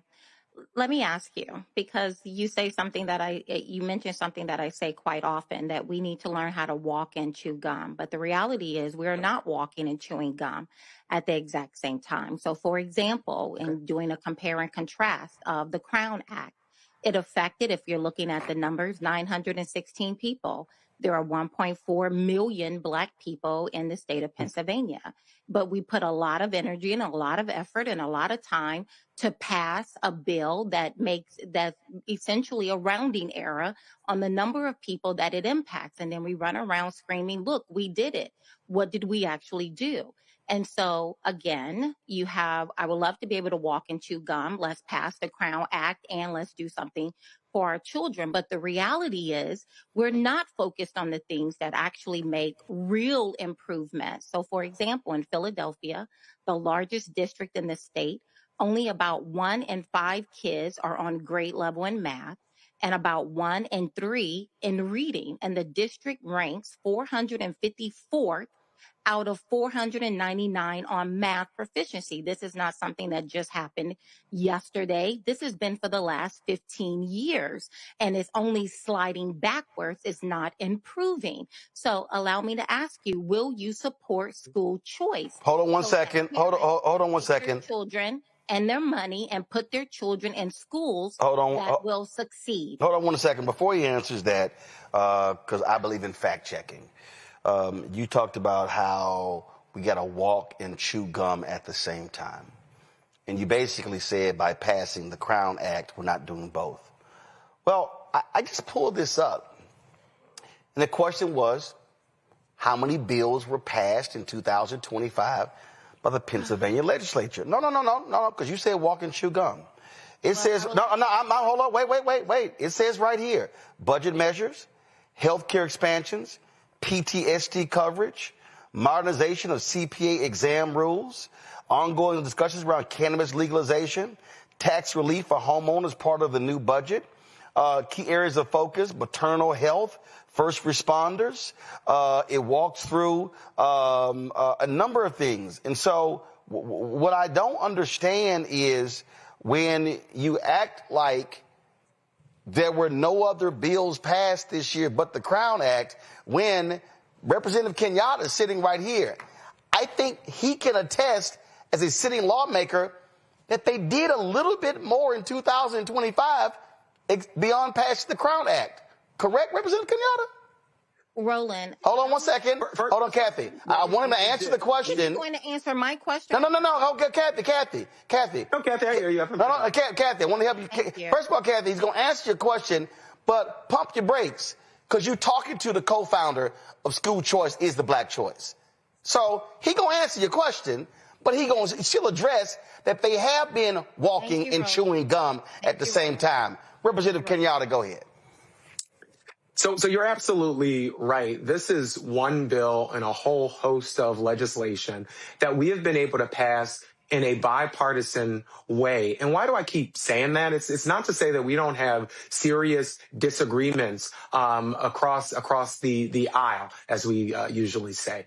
But what this House leadership has been able to do under the leadership of Speaker Joanna McClinton is to find ways to get to yes and to find ways for us to advance a whole host of issues, the Crown Act being one of them.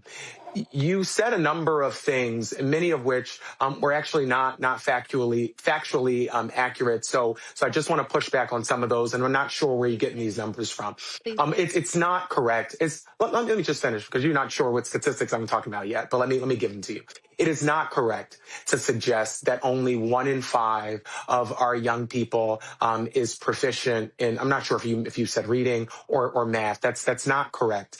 And actually, under Superintendent Watlington, we have actually seen some of the most pronounced improvements in terms of reading and math proficiency. And when you look at that data, you cannot have a conversation about reading and math proficiency without talking about the real impact that the COVID pandemic had in terms of learning loss for our young people. And we've seen marked improvement in our young people as it relates to reading proficiency, math proficiency, and I'm proud of those young people, and I'm proud of our educators, and I'm proud of the school district, which continues to work on these issues, because you're absolutely right. There is nothing, in my view, that's more important than giving all of our kids the opportunity to start their lives, to open that small business. I used to work at the Chamber of Commerce of Greater Philadelphia, where I supported small business owners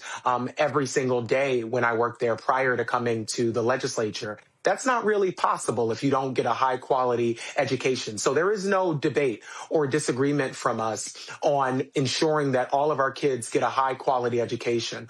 What I disagree on, the premise of your question, is this idea that us passing the Crown Act means that we have somehow forgotten about the need to invest in all of our kids and in all of our schools. I'm going to continue to do that. I've been a strong supporter of investing in our public schools. I'm going to continue to be a strong supporter of investing in our public schools. But I want to be clear, in the 181st District, we have parochial schools, we have public charters, we have traditional brick and mortar public schools, we have all of the different sort of educational choices that you referenced that a young person could want. And what I want to see is that every single place a young person is, that it has multiple things, that it has educators that give a damn about them, that it has caring adults who are taking care of them and caring about the whole child, and that we are ensuring that those educators have all the resources they need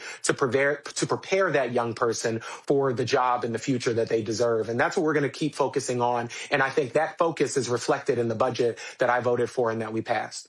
Kathy, before you respond again, I just want to show this fact here. So per edchoice.org in Pennsylvania, there are their educational improvement tax credit program, go to my iPad, opportunity scholarship tax credit program, they have public school choice, charter school choice, homeschool choice.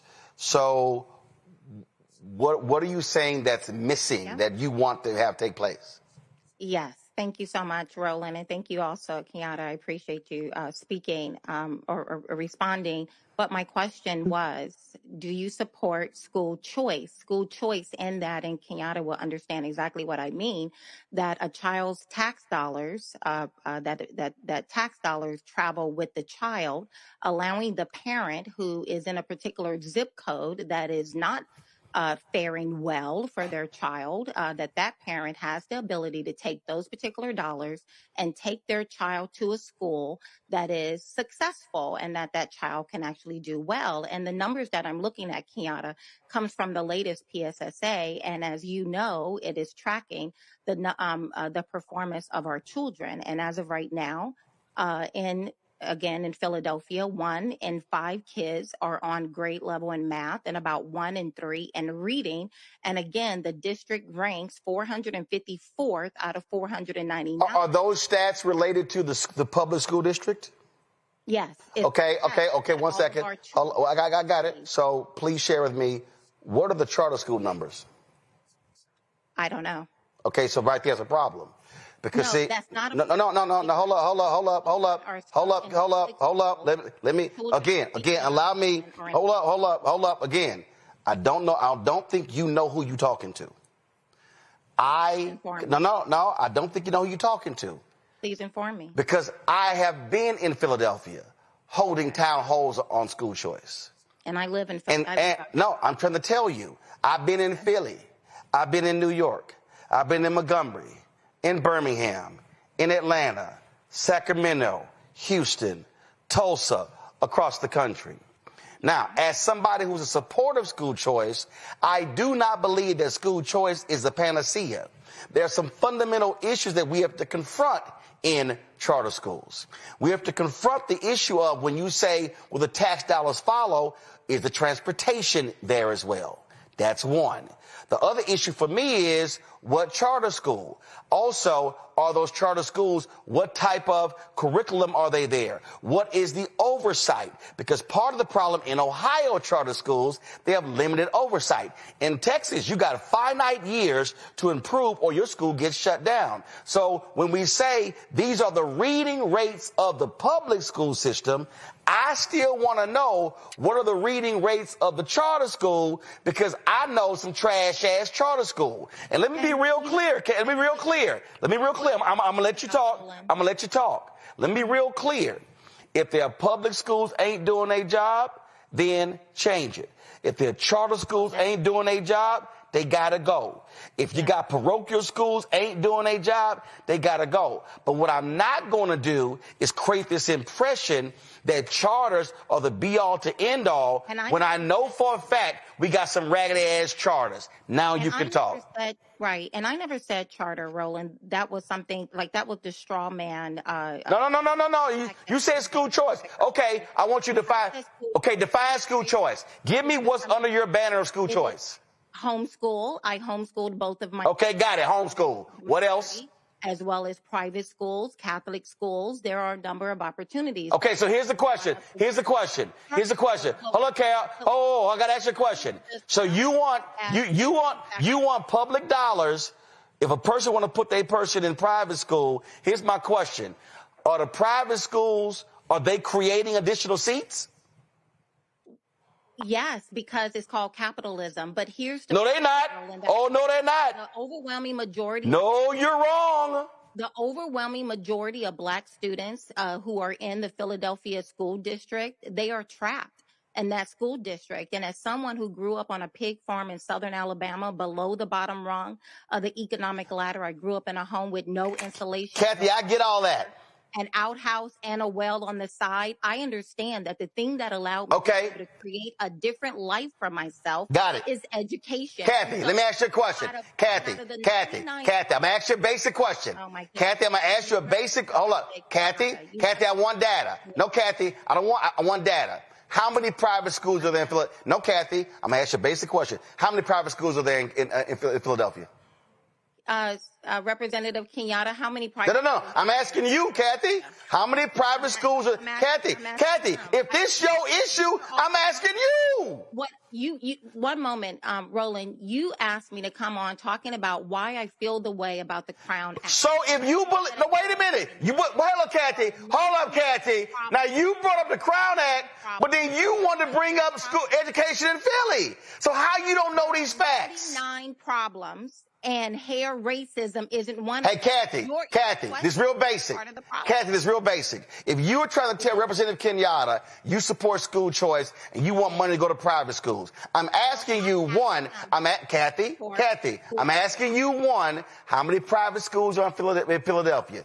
Two, I want to know, hold up, Kathy. Two, I want to know how many available seats are in the private schools. The reason I'm asking you that, because when they were talking about school choice in Texas, you know what they said? We can send our kids to private schools. In the entire state of Texas, there were 30,000 private seats.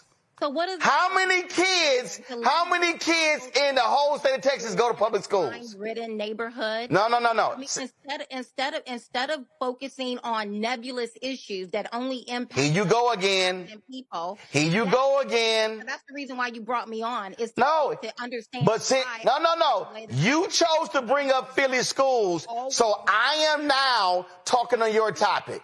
Yes, I love it. I can talk about Representative Kenyatta, I'm going to say, Representative Kenyatta, here's the fundamental problem right here. And again, this is somebody who supports school choice. When people who say they support school choice don't want to look at the data, when they want to say, go to private, no, hold up, Kathy, I ain't done. Representative Kenyatta, when they say, go to private schools, well, I ask some simple questions. How many schools exist? How many seats exist? So, Representative Kenyatta, how many kids in Philadelphia public schools? So let me say this big picture, because a lot has just been said. I want to reiterate what I said in a previous response. I have private schools in my district. I have traditional public schools in my district. We have public charters in my district. I understand, and I hope is a value that's shared by everybody in this conversation, that any place, any school, even if it is homeschool, that a young person is a place that should be safe, is a place that should be well-resourced, and is a place where we need to be preparing our kids to go out and live their lives. A part of the numbers that, constantly get thrown around about the Philadelphia school district are a direct reflection of our refusal to invest in those schools with the same basic measure of funding that we had across the Commonwealth and other school districts. Again, this is not Malcolm's opinion, though it is. This is empirical. It's fact-based. It went through a nearly decade court case that highlighted what that has meant in terms of the lack of ability for our educators to have the resources that they need. In terms of that the lack of funding,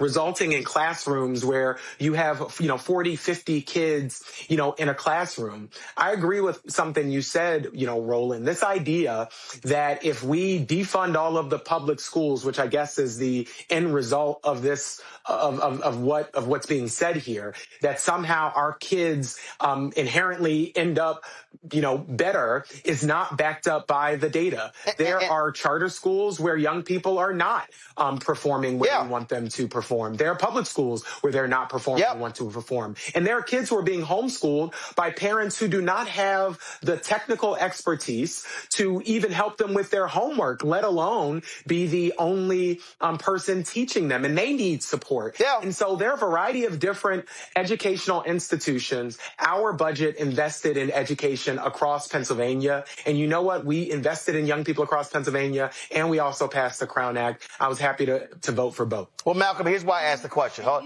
on, Kathy. I got about to say this, and then you can respond, and then this is going to be the last round because I got some other stuff. This is why I asked the question. Now, this is 2022 data, but I just want everybody to understand why.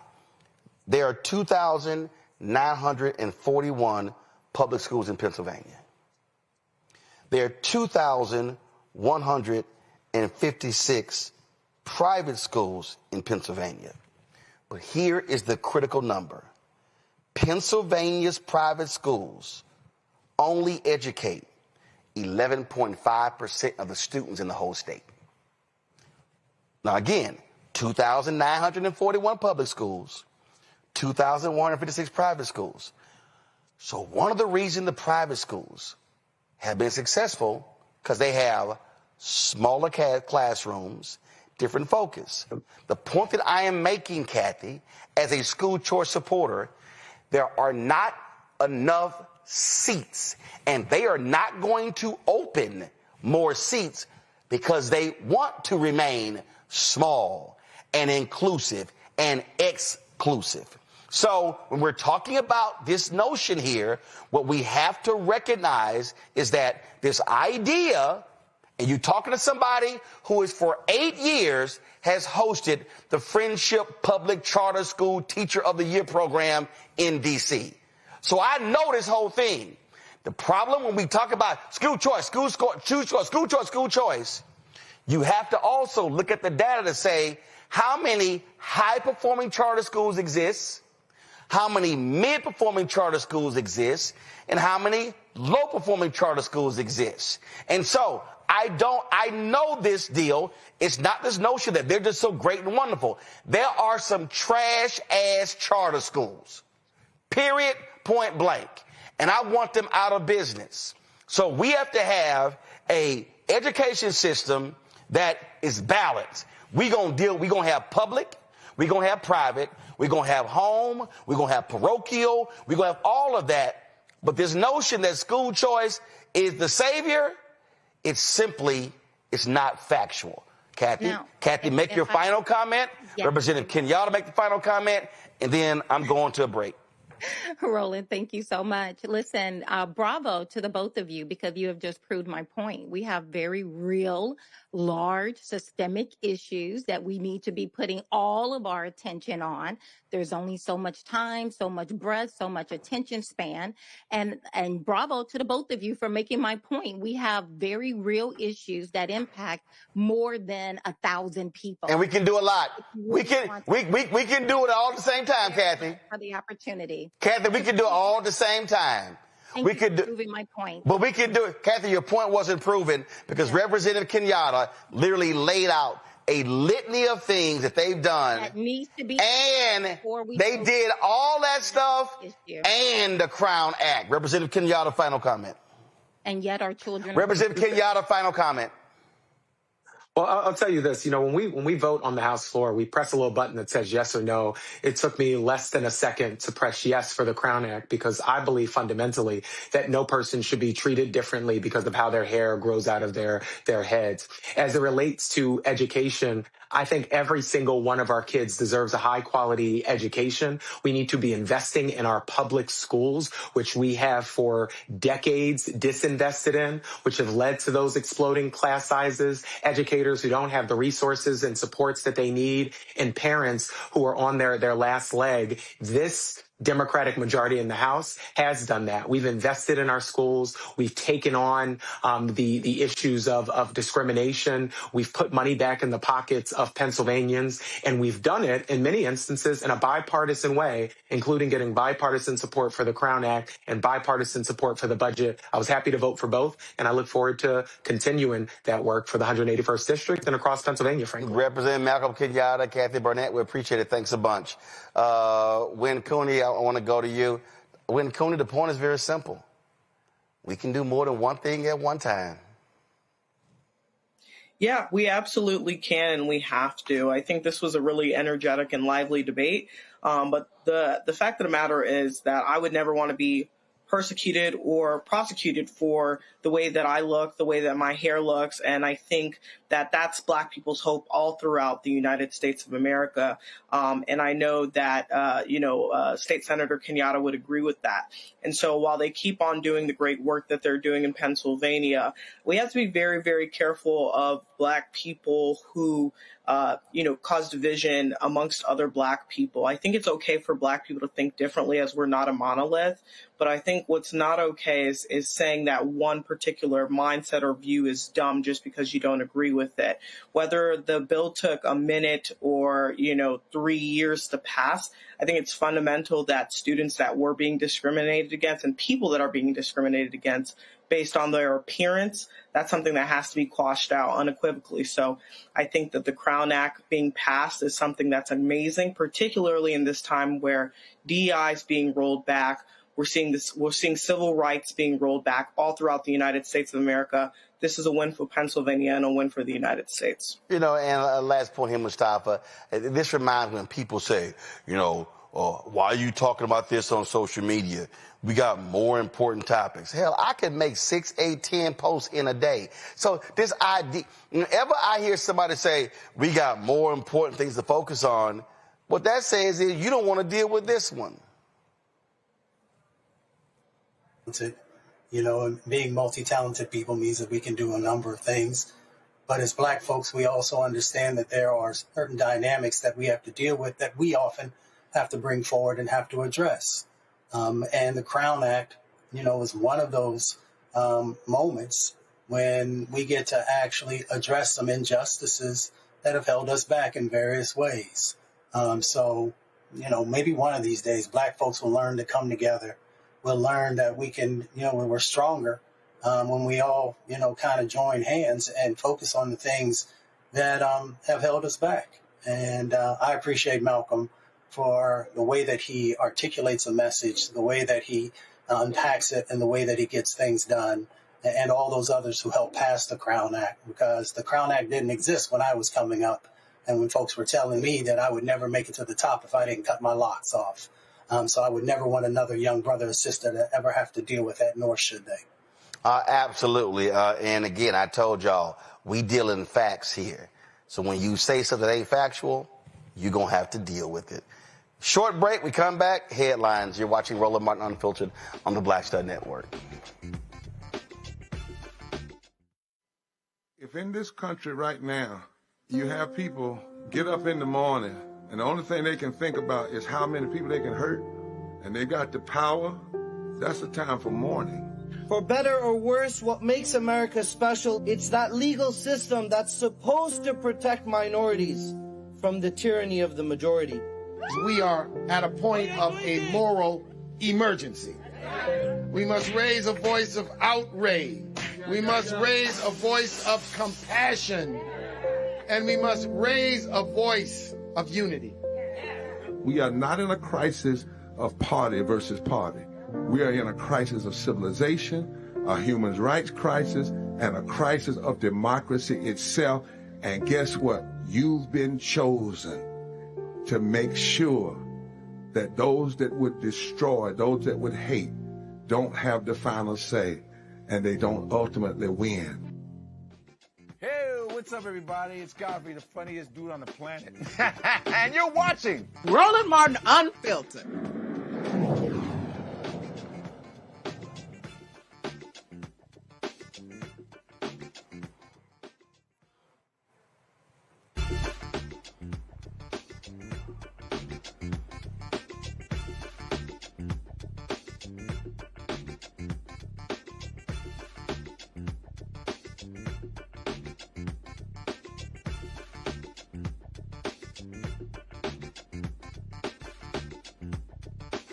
All right, here's Brittany Noble with headlines.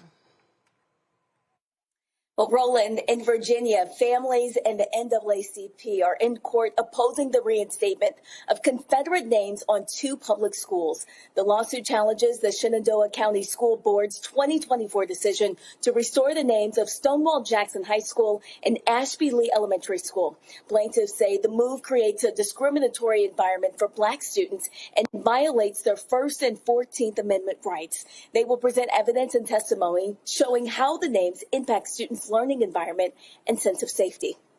Well, 12 former FBI agents who were fired after kneeling during the 2020 protests in Washington are now suing to get their jobs back.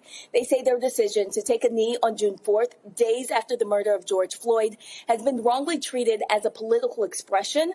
According to the lawsuit, the agents were outnumbered, lacked proper protective gear, and knelt to diffuse rising tension. Beyond reinstatement, the lawsuit seeks a ruling that their firings were unconstitutional, along with back pay, monetary damages, and the removal of all termination records from their files. And Harvard University is facing a new federal complaint over a scholarship program limited to students of color. The Equal Protection Project alleges the Union Scholar Summer Program, which offers stipends and need-based assistance, is explicitly race-restricted and violates Title VI, which bars federally funded institutions from discriminating based on race. Organizers describe the program as an internship for students of color committed to social justice and workers' rights. Applications for the next cycle are open through February of next year. The complaint comes as the convict-in-chief continues threatening to cut off billions in federal research funding unless Harvard dismantles its DEI and race-based programs. We'll have more for you on Roland Martin Unfiltered after this break.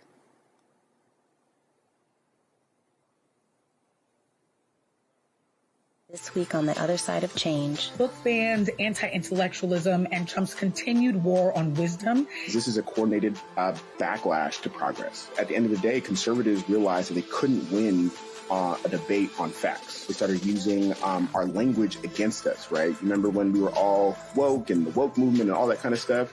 Now everything is anti-woke, right? When we were talking about including diversity, equity, inclusion, higher education, now it's anti-DEI. All this are efforts to suppress the truth because truth empowers people. You're watching The Other Side of Change only on the Black Star Network. Michael McMillan, President and CEO of the Urban League of Metropolitan St. Louis, and you are watching Roland Martin Unfiltered.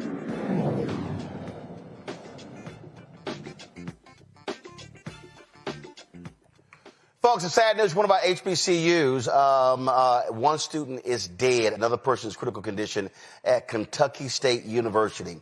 This here is according to WLWT-TV. It says that the Frankfort Police Department got a call around 3:35 p.m. regarding, quote, an active aggressor. A suspect was taken into custody around 3:40 p.m. One student died from the shooting. Another student has been hospitalized in critical condition but is stable. The suspect who was taken to custody is not a student at the university. No one knows exactly what went on here. The governor, Andy Beshear, said, quote, violence has no place in our Commonwealth or country. Let's please pray for the families affected and for our KSU students. Kentucky State University was placed on lockdown while the investigation continues. And so, again, a deadly shooting on the campus of Kentucky State University this afternoon. One student dead, one student in critical condition. The shooter has been apprehended. And so certainly sad news right there. Folks, let's also, I got to talk about this story right here. And first of all, it's a whole lot that's going on and just a lot of crazy stuff that's happening. Let's talk about California. Another case of working while black. A San Francisco environment worker. Y'all, this is a city worker. Said, but he was just doing his job, walking in a trailer park, when this white racist followed him as he was walking in the truck and called him a criminal. Check this out.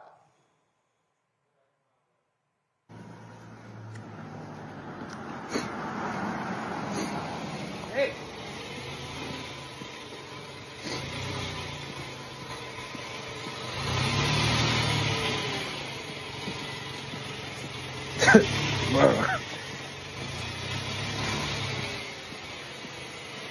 Dude, there's been burglaries in here, and you're making people paranoid. Get the fuck out of here. Wow. Okay? That's nice to know, Get man. the fuck out. Wow. This man trying to say I caused burglaries. Wow. Where's your partners? Where's your partners? So what? Don't come close to me. Where's your partners? Are you trying to hit me? Motherfucker. You trying to assault me, sir? Oh, he finna run me over. That boy not playing, though. Chill, bro. I'm trying to leave. Could I go, bro? You gonna run me over, gang? He trying to run me over, folks. Let me get up out of here, man. Don't run me over, bro. I ain't gonna lie.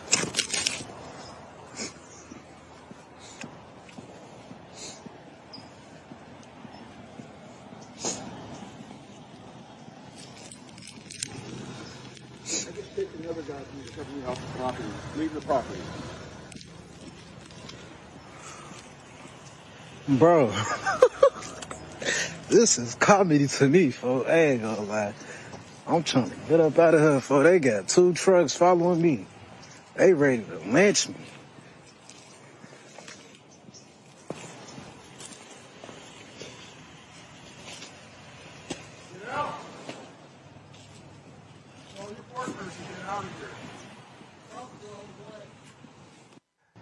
The worker has not been identified, but his harasser has been identified as 52-year-old Mark Harlan Thompson. San Francisco police confirmed they've opened an investigation and are looking into whether Thompson's actions were racially motivated. Yeah. All right, check this out. Now, y'all know what FAFO means. I don't know when these people gonna learn. All right, so this unidentified white woman, she found out the hard way. When a black woman warns you she gonna knock your ass out, believe her. Hey, bitch, y'all fuck y'all kids, bitch. Don't ever tell my motherfucking mama to fuck me. You stupid racist white bitch. You go to a black motherfucker. Yes. Yeah, you're racist. You a racist bitch. So are you. You a racist ass bitch. So are you. So are you. I'm stepping away. If you come any close, I'ma dog you. Dog that bitch. No! Stop playing with me. She pushed in. Oh my God. Yeah. Bitch, I told you.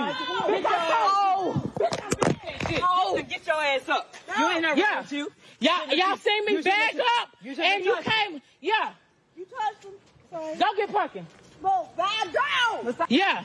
And I could get on you right now and dog your ass, but I ain't gonna do it. I told you don't walk up to me. Get that ass up.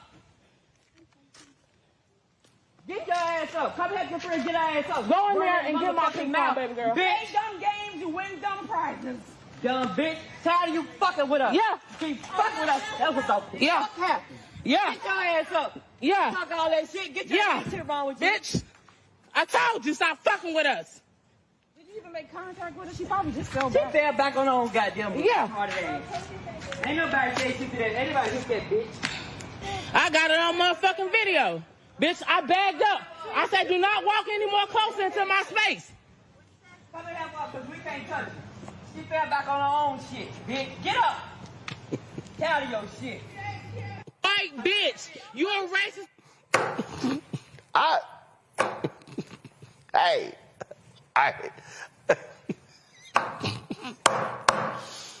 Oh my God, I told you people crazy. Okay, white woman in Wisconsin cusses out, shouts the N-word. Her name is Crystal Wilsey. Hollering, I'm a racist. This happened right here. Y'all seen it all on social media. Turn the iPad up. And so she acted a fool, shooting him the finger. Come on, go to my iPad. Me to throw water on you? I am racist. So idiot, for and real. You are an idiot. No, I'm not. racist, and I'll say that to the whole entire world. Don't be disrespectful. You ruined your life, by the way. Oh, you talk about respect? You talking about respect? You are fired from this place, man. You're not gonna be working here. Suck what? Look how you talking about ugliness? Did I stutter? You're the ugliest person I ever seen in my life. Good. No, we're not. No, we're not. No, we're not. Because you know damn well you're a That's fucking respect. So let me explain to y'all what happened. The racists, so they started to GoFundMe. The racists have raised $110,000 for her. Oh, but by the way, this is the same Crystal Wilsey who was charged with endangering a child 3 times.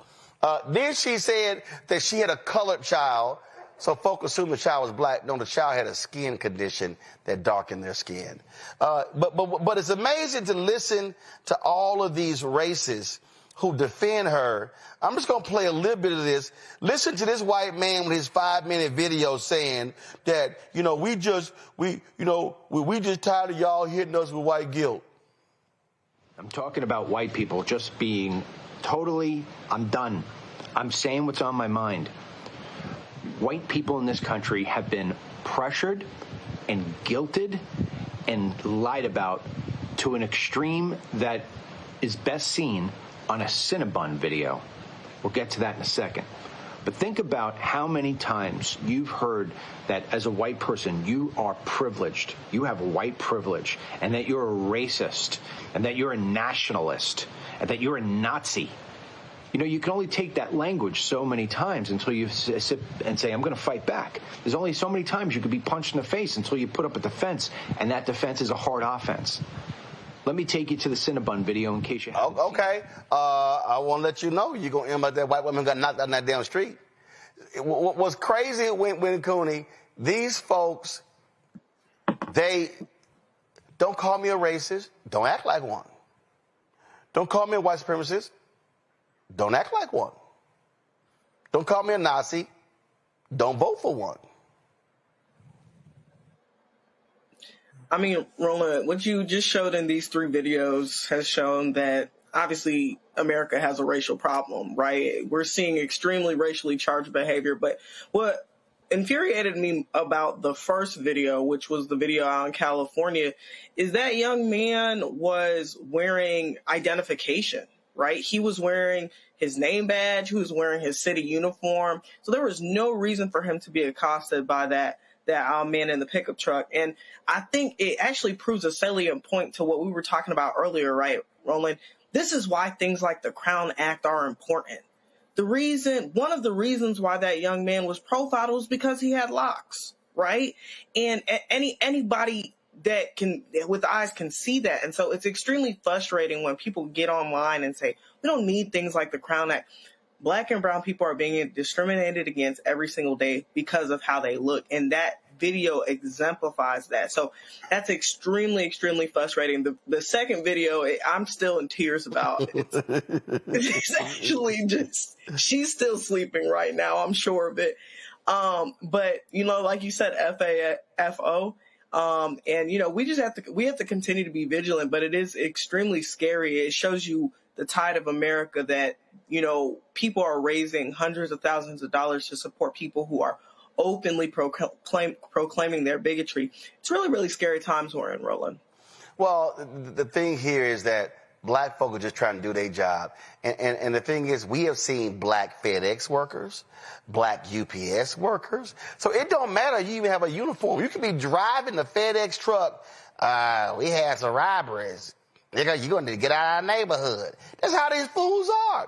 Ahmaud Arbery is dead because 3 white men accused him of robbery when he was jogging. This is the reality of being black in America, Mustafa. Yeah, that last point is so incredibly important because racism is deadly in many instances for our community.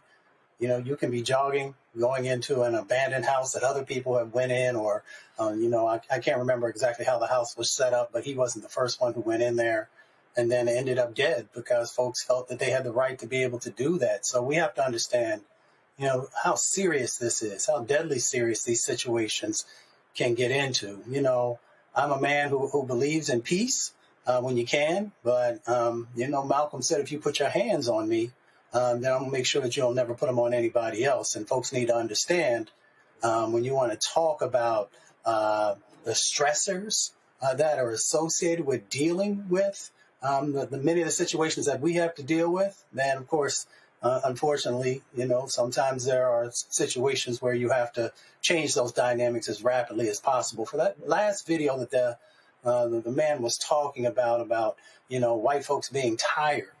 Who could possibly be more tired than our folks of all the injustices, of the structural inequalities, of the laws that were put in place to allow us to be brutalized, that allowed folks to be able to take our land, to allow folks to be able to, you know, do whatever they wanted with the women who are in our lives and a number of other things. So when you bring forward now, because somebody has said something that you now have to push back, if that was the case, then, you know, we would have had done that a long, long time ago, but yet we still found grace and found ways of being able to address these issues. So I don't have a whole lot of sympathy for individuals who, because somebody said something now, you decide that now you have to fight back and push back when you are the ones who actually put in place the injustices that have caused this situation. America has to figure out if it wants to address the issue in a real way and do the real work. And until it does, we are going to continue to have these problems. And this is why I wrote my book, White Fear, How the Browning of America is Making White Folks Lose Their Minds. And they are truly losing their minds. Time for Marketplace. Roll it.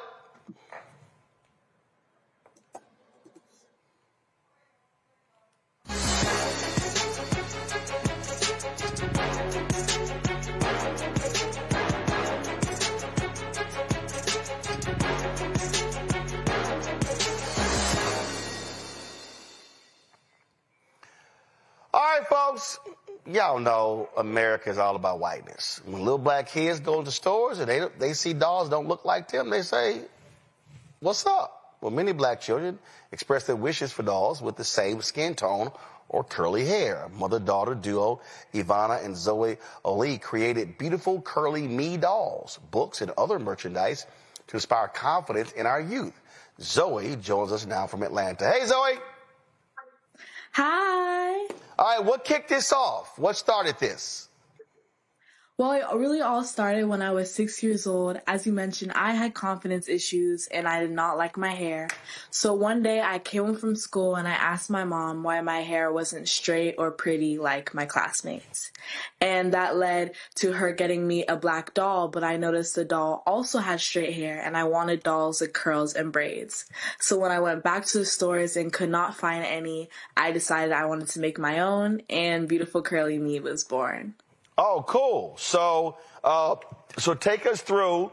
I got three of the dolls right here, I got three of the dolls right here. And you're right. When you see these dolls, they got long, silky hair, and you like, nah, I need to see a fro. I need to see some curls. Yes, exactly. That's Bella you're holding. You can wash and style her hair. And it was so important to me to make dolls that reflect not only me, but the world around us. Absolutely here. So what we got here? So what's this one called? That's Bella. Bella? Mm-hmm. Okay. All right, cool. Now we got, let's see here. Who we got here? We got Black Doc. We have Vinta. Yes, she is a young scientist, mathematician, and she's all about helping young girls to explore their passions. Okay. All right, then. And see, let's see here. And this is the Madam VP doll? Yes, it is based off of VP Kamala Harris to help young girls know that we can be and do anything, including the next vice president. And this on the back, this is a selfie you took with the vice president. Yes, I got to meet her earlier this year. It was amazing. So we made the doll inspired after her. Gotcha. Now, have you sent her one of these dolls? Yes, we have. Okay. Now, when did y'all start the company? So how long have y'all been producing dolls? I started my company when I was 7, and I'm 13 now. So it's going on 6 years now. And we're really all about inspiring confidence in young girls through the dolls that you see there and books and empowering puzzles. All right. So y'all have the dolls. What else do y'all have? We have books that I've written, like Beautiful Curly Me here, and other journals. I have empowering puzzles, and we have a girls club, a girls leadership club, and for every doll that is bought on my website or in stores, we give one to a young girl in need in an underserved community. All right, cool. Questions from my panel. Win Cooney, you first. I'm super inspired by the work you're doing. It's so exciting to see a young Black woman following her dreams. What's the most exciting thing you have coming up with the sale of the dolls this year in the year 2026? We're seeing so many different people run for office, like Congresswoman Jasmine Crockett. Any plans to expand what we see with the vice presidential line into other political figures? Yes, definitely. The Madam VP doll is the first of our Inspire Her collection. So we're working on making sure that young girls are represented in every single area in politics and just making sure we are getting that representation. So definitely. And thank you. Mustafa.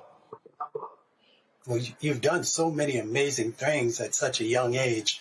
What's the future look like for you? And what would you like to be able to, what's the next big mountain you want to climb? Yeah, so right now for the business, we are working on expanding our product line to more toys, as well as I'm launching a confidence course, and we are working on a TV animated series in the works by the grace of God. And for me personally, I speak, so I gave a TEDx talk when I was 10 years old. I'm the youngest Black person to do that. So I'm continuing to speaking and just spreading my message of confidence to girls all over the world. All right. And so any new dolls coming up? Anything, what are you working on next? Yes, we have some new dolls coming up, some that are into art, creatives, engineers, so definitely a lot of new products to look out for. Okay. And when you're coming up with these new ideas, where are you gaining inspiration from? I really gain inspiration from the world around me, so the people I see.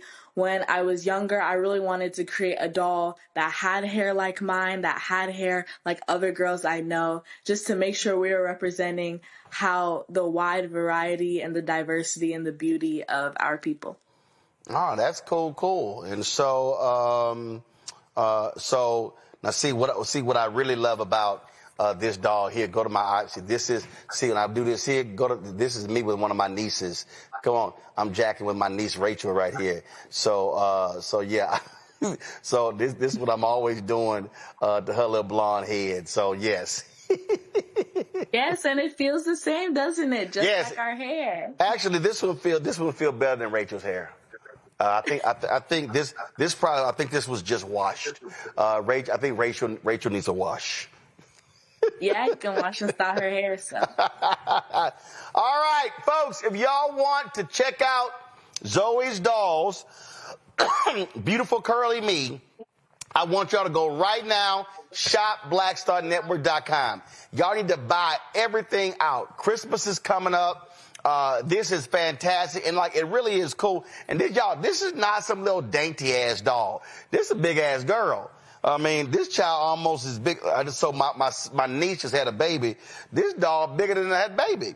And so y'all see how tall this doll is. And so we got, come on, zoom it out. And so we got Benta. Who is the scientist. We got Benta right here. And then we've got the doll inspired Madam VP. And again, what's her name? Bella, and she is 18 inches. So we got Bella. Bella's 18 inches. You gonna have any male dolls? Not yet, but we can. I think you need a Roro doll. I think that's what you need. We should talk about that. I think you need a Roro doll. That's what I'm saying. That's what I'm thinking. All right, y'all, I want you to go to shopblackstarnetwork.com. Buy everything up. All these dolls are available. Also, the books, all that stuff is available right now. ShopBlackStarNetwork.com. ShopBlackStarNetwork.com. We've got all of these. These are Black-owned products. You can check out Zoe's dolls. All of these products that you see right over to my left.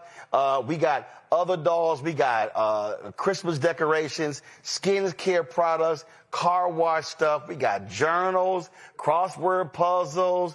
We got, nurse, what's up nurses wear? I forgot they wear.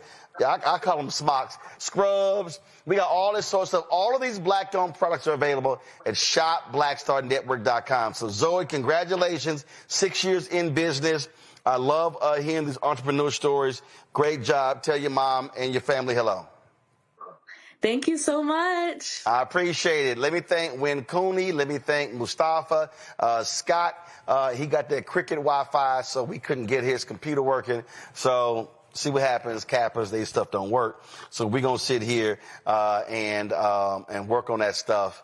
Again, let me thank y'all for being here. I certainly appreciate it. Thank you so very much. Folks, that is it for us right here on today's edition of Roland Martin Unfiltered on the Black Star Network. If y'all want to support what we do, we have more than 36,000 people who've donated to our show since we launched September 4th, 2018. We center black people. We make us the star of our own movie. And so, listen, there's not a lot of news information shows out there. It's just not. So when you support us, you're supporting this show. So you want to contribute via Cash App. They got rid of our individual accounts. Use the Stripe QR code. You see it right here in the bottom left-hand corner. If you want the link, go to blackstarnetwork.com. Also, the Stripe QR code is also used for credit cards. PayPal is R Martin Unfiltered. Venmo is RM Unfiltered. Zelle, Roland at RolandSMartin.com. Roland at RolandMartinUnfiltered.com. Checks and money order. P.O. Box 57196, Washington, D.C. 20037-0196. Also, you can, if you want to download the Black Star Network app, go to Apple phone, Android phone, Apple TV, Android TV, Roku, Amazon Fire TV, Xbox One, Samsung Smart TV. So you do that.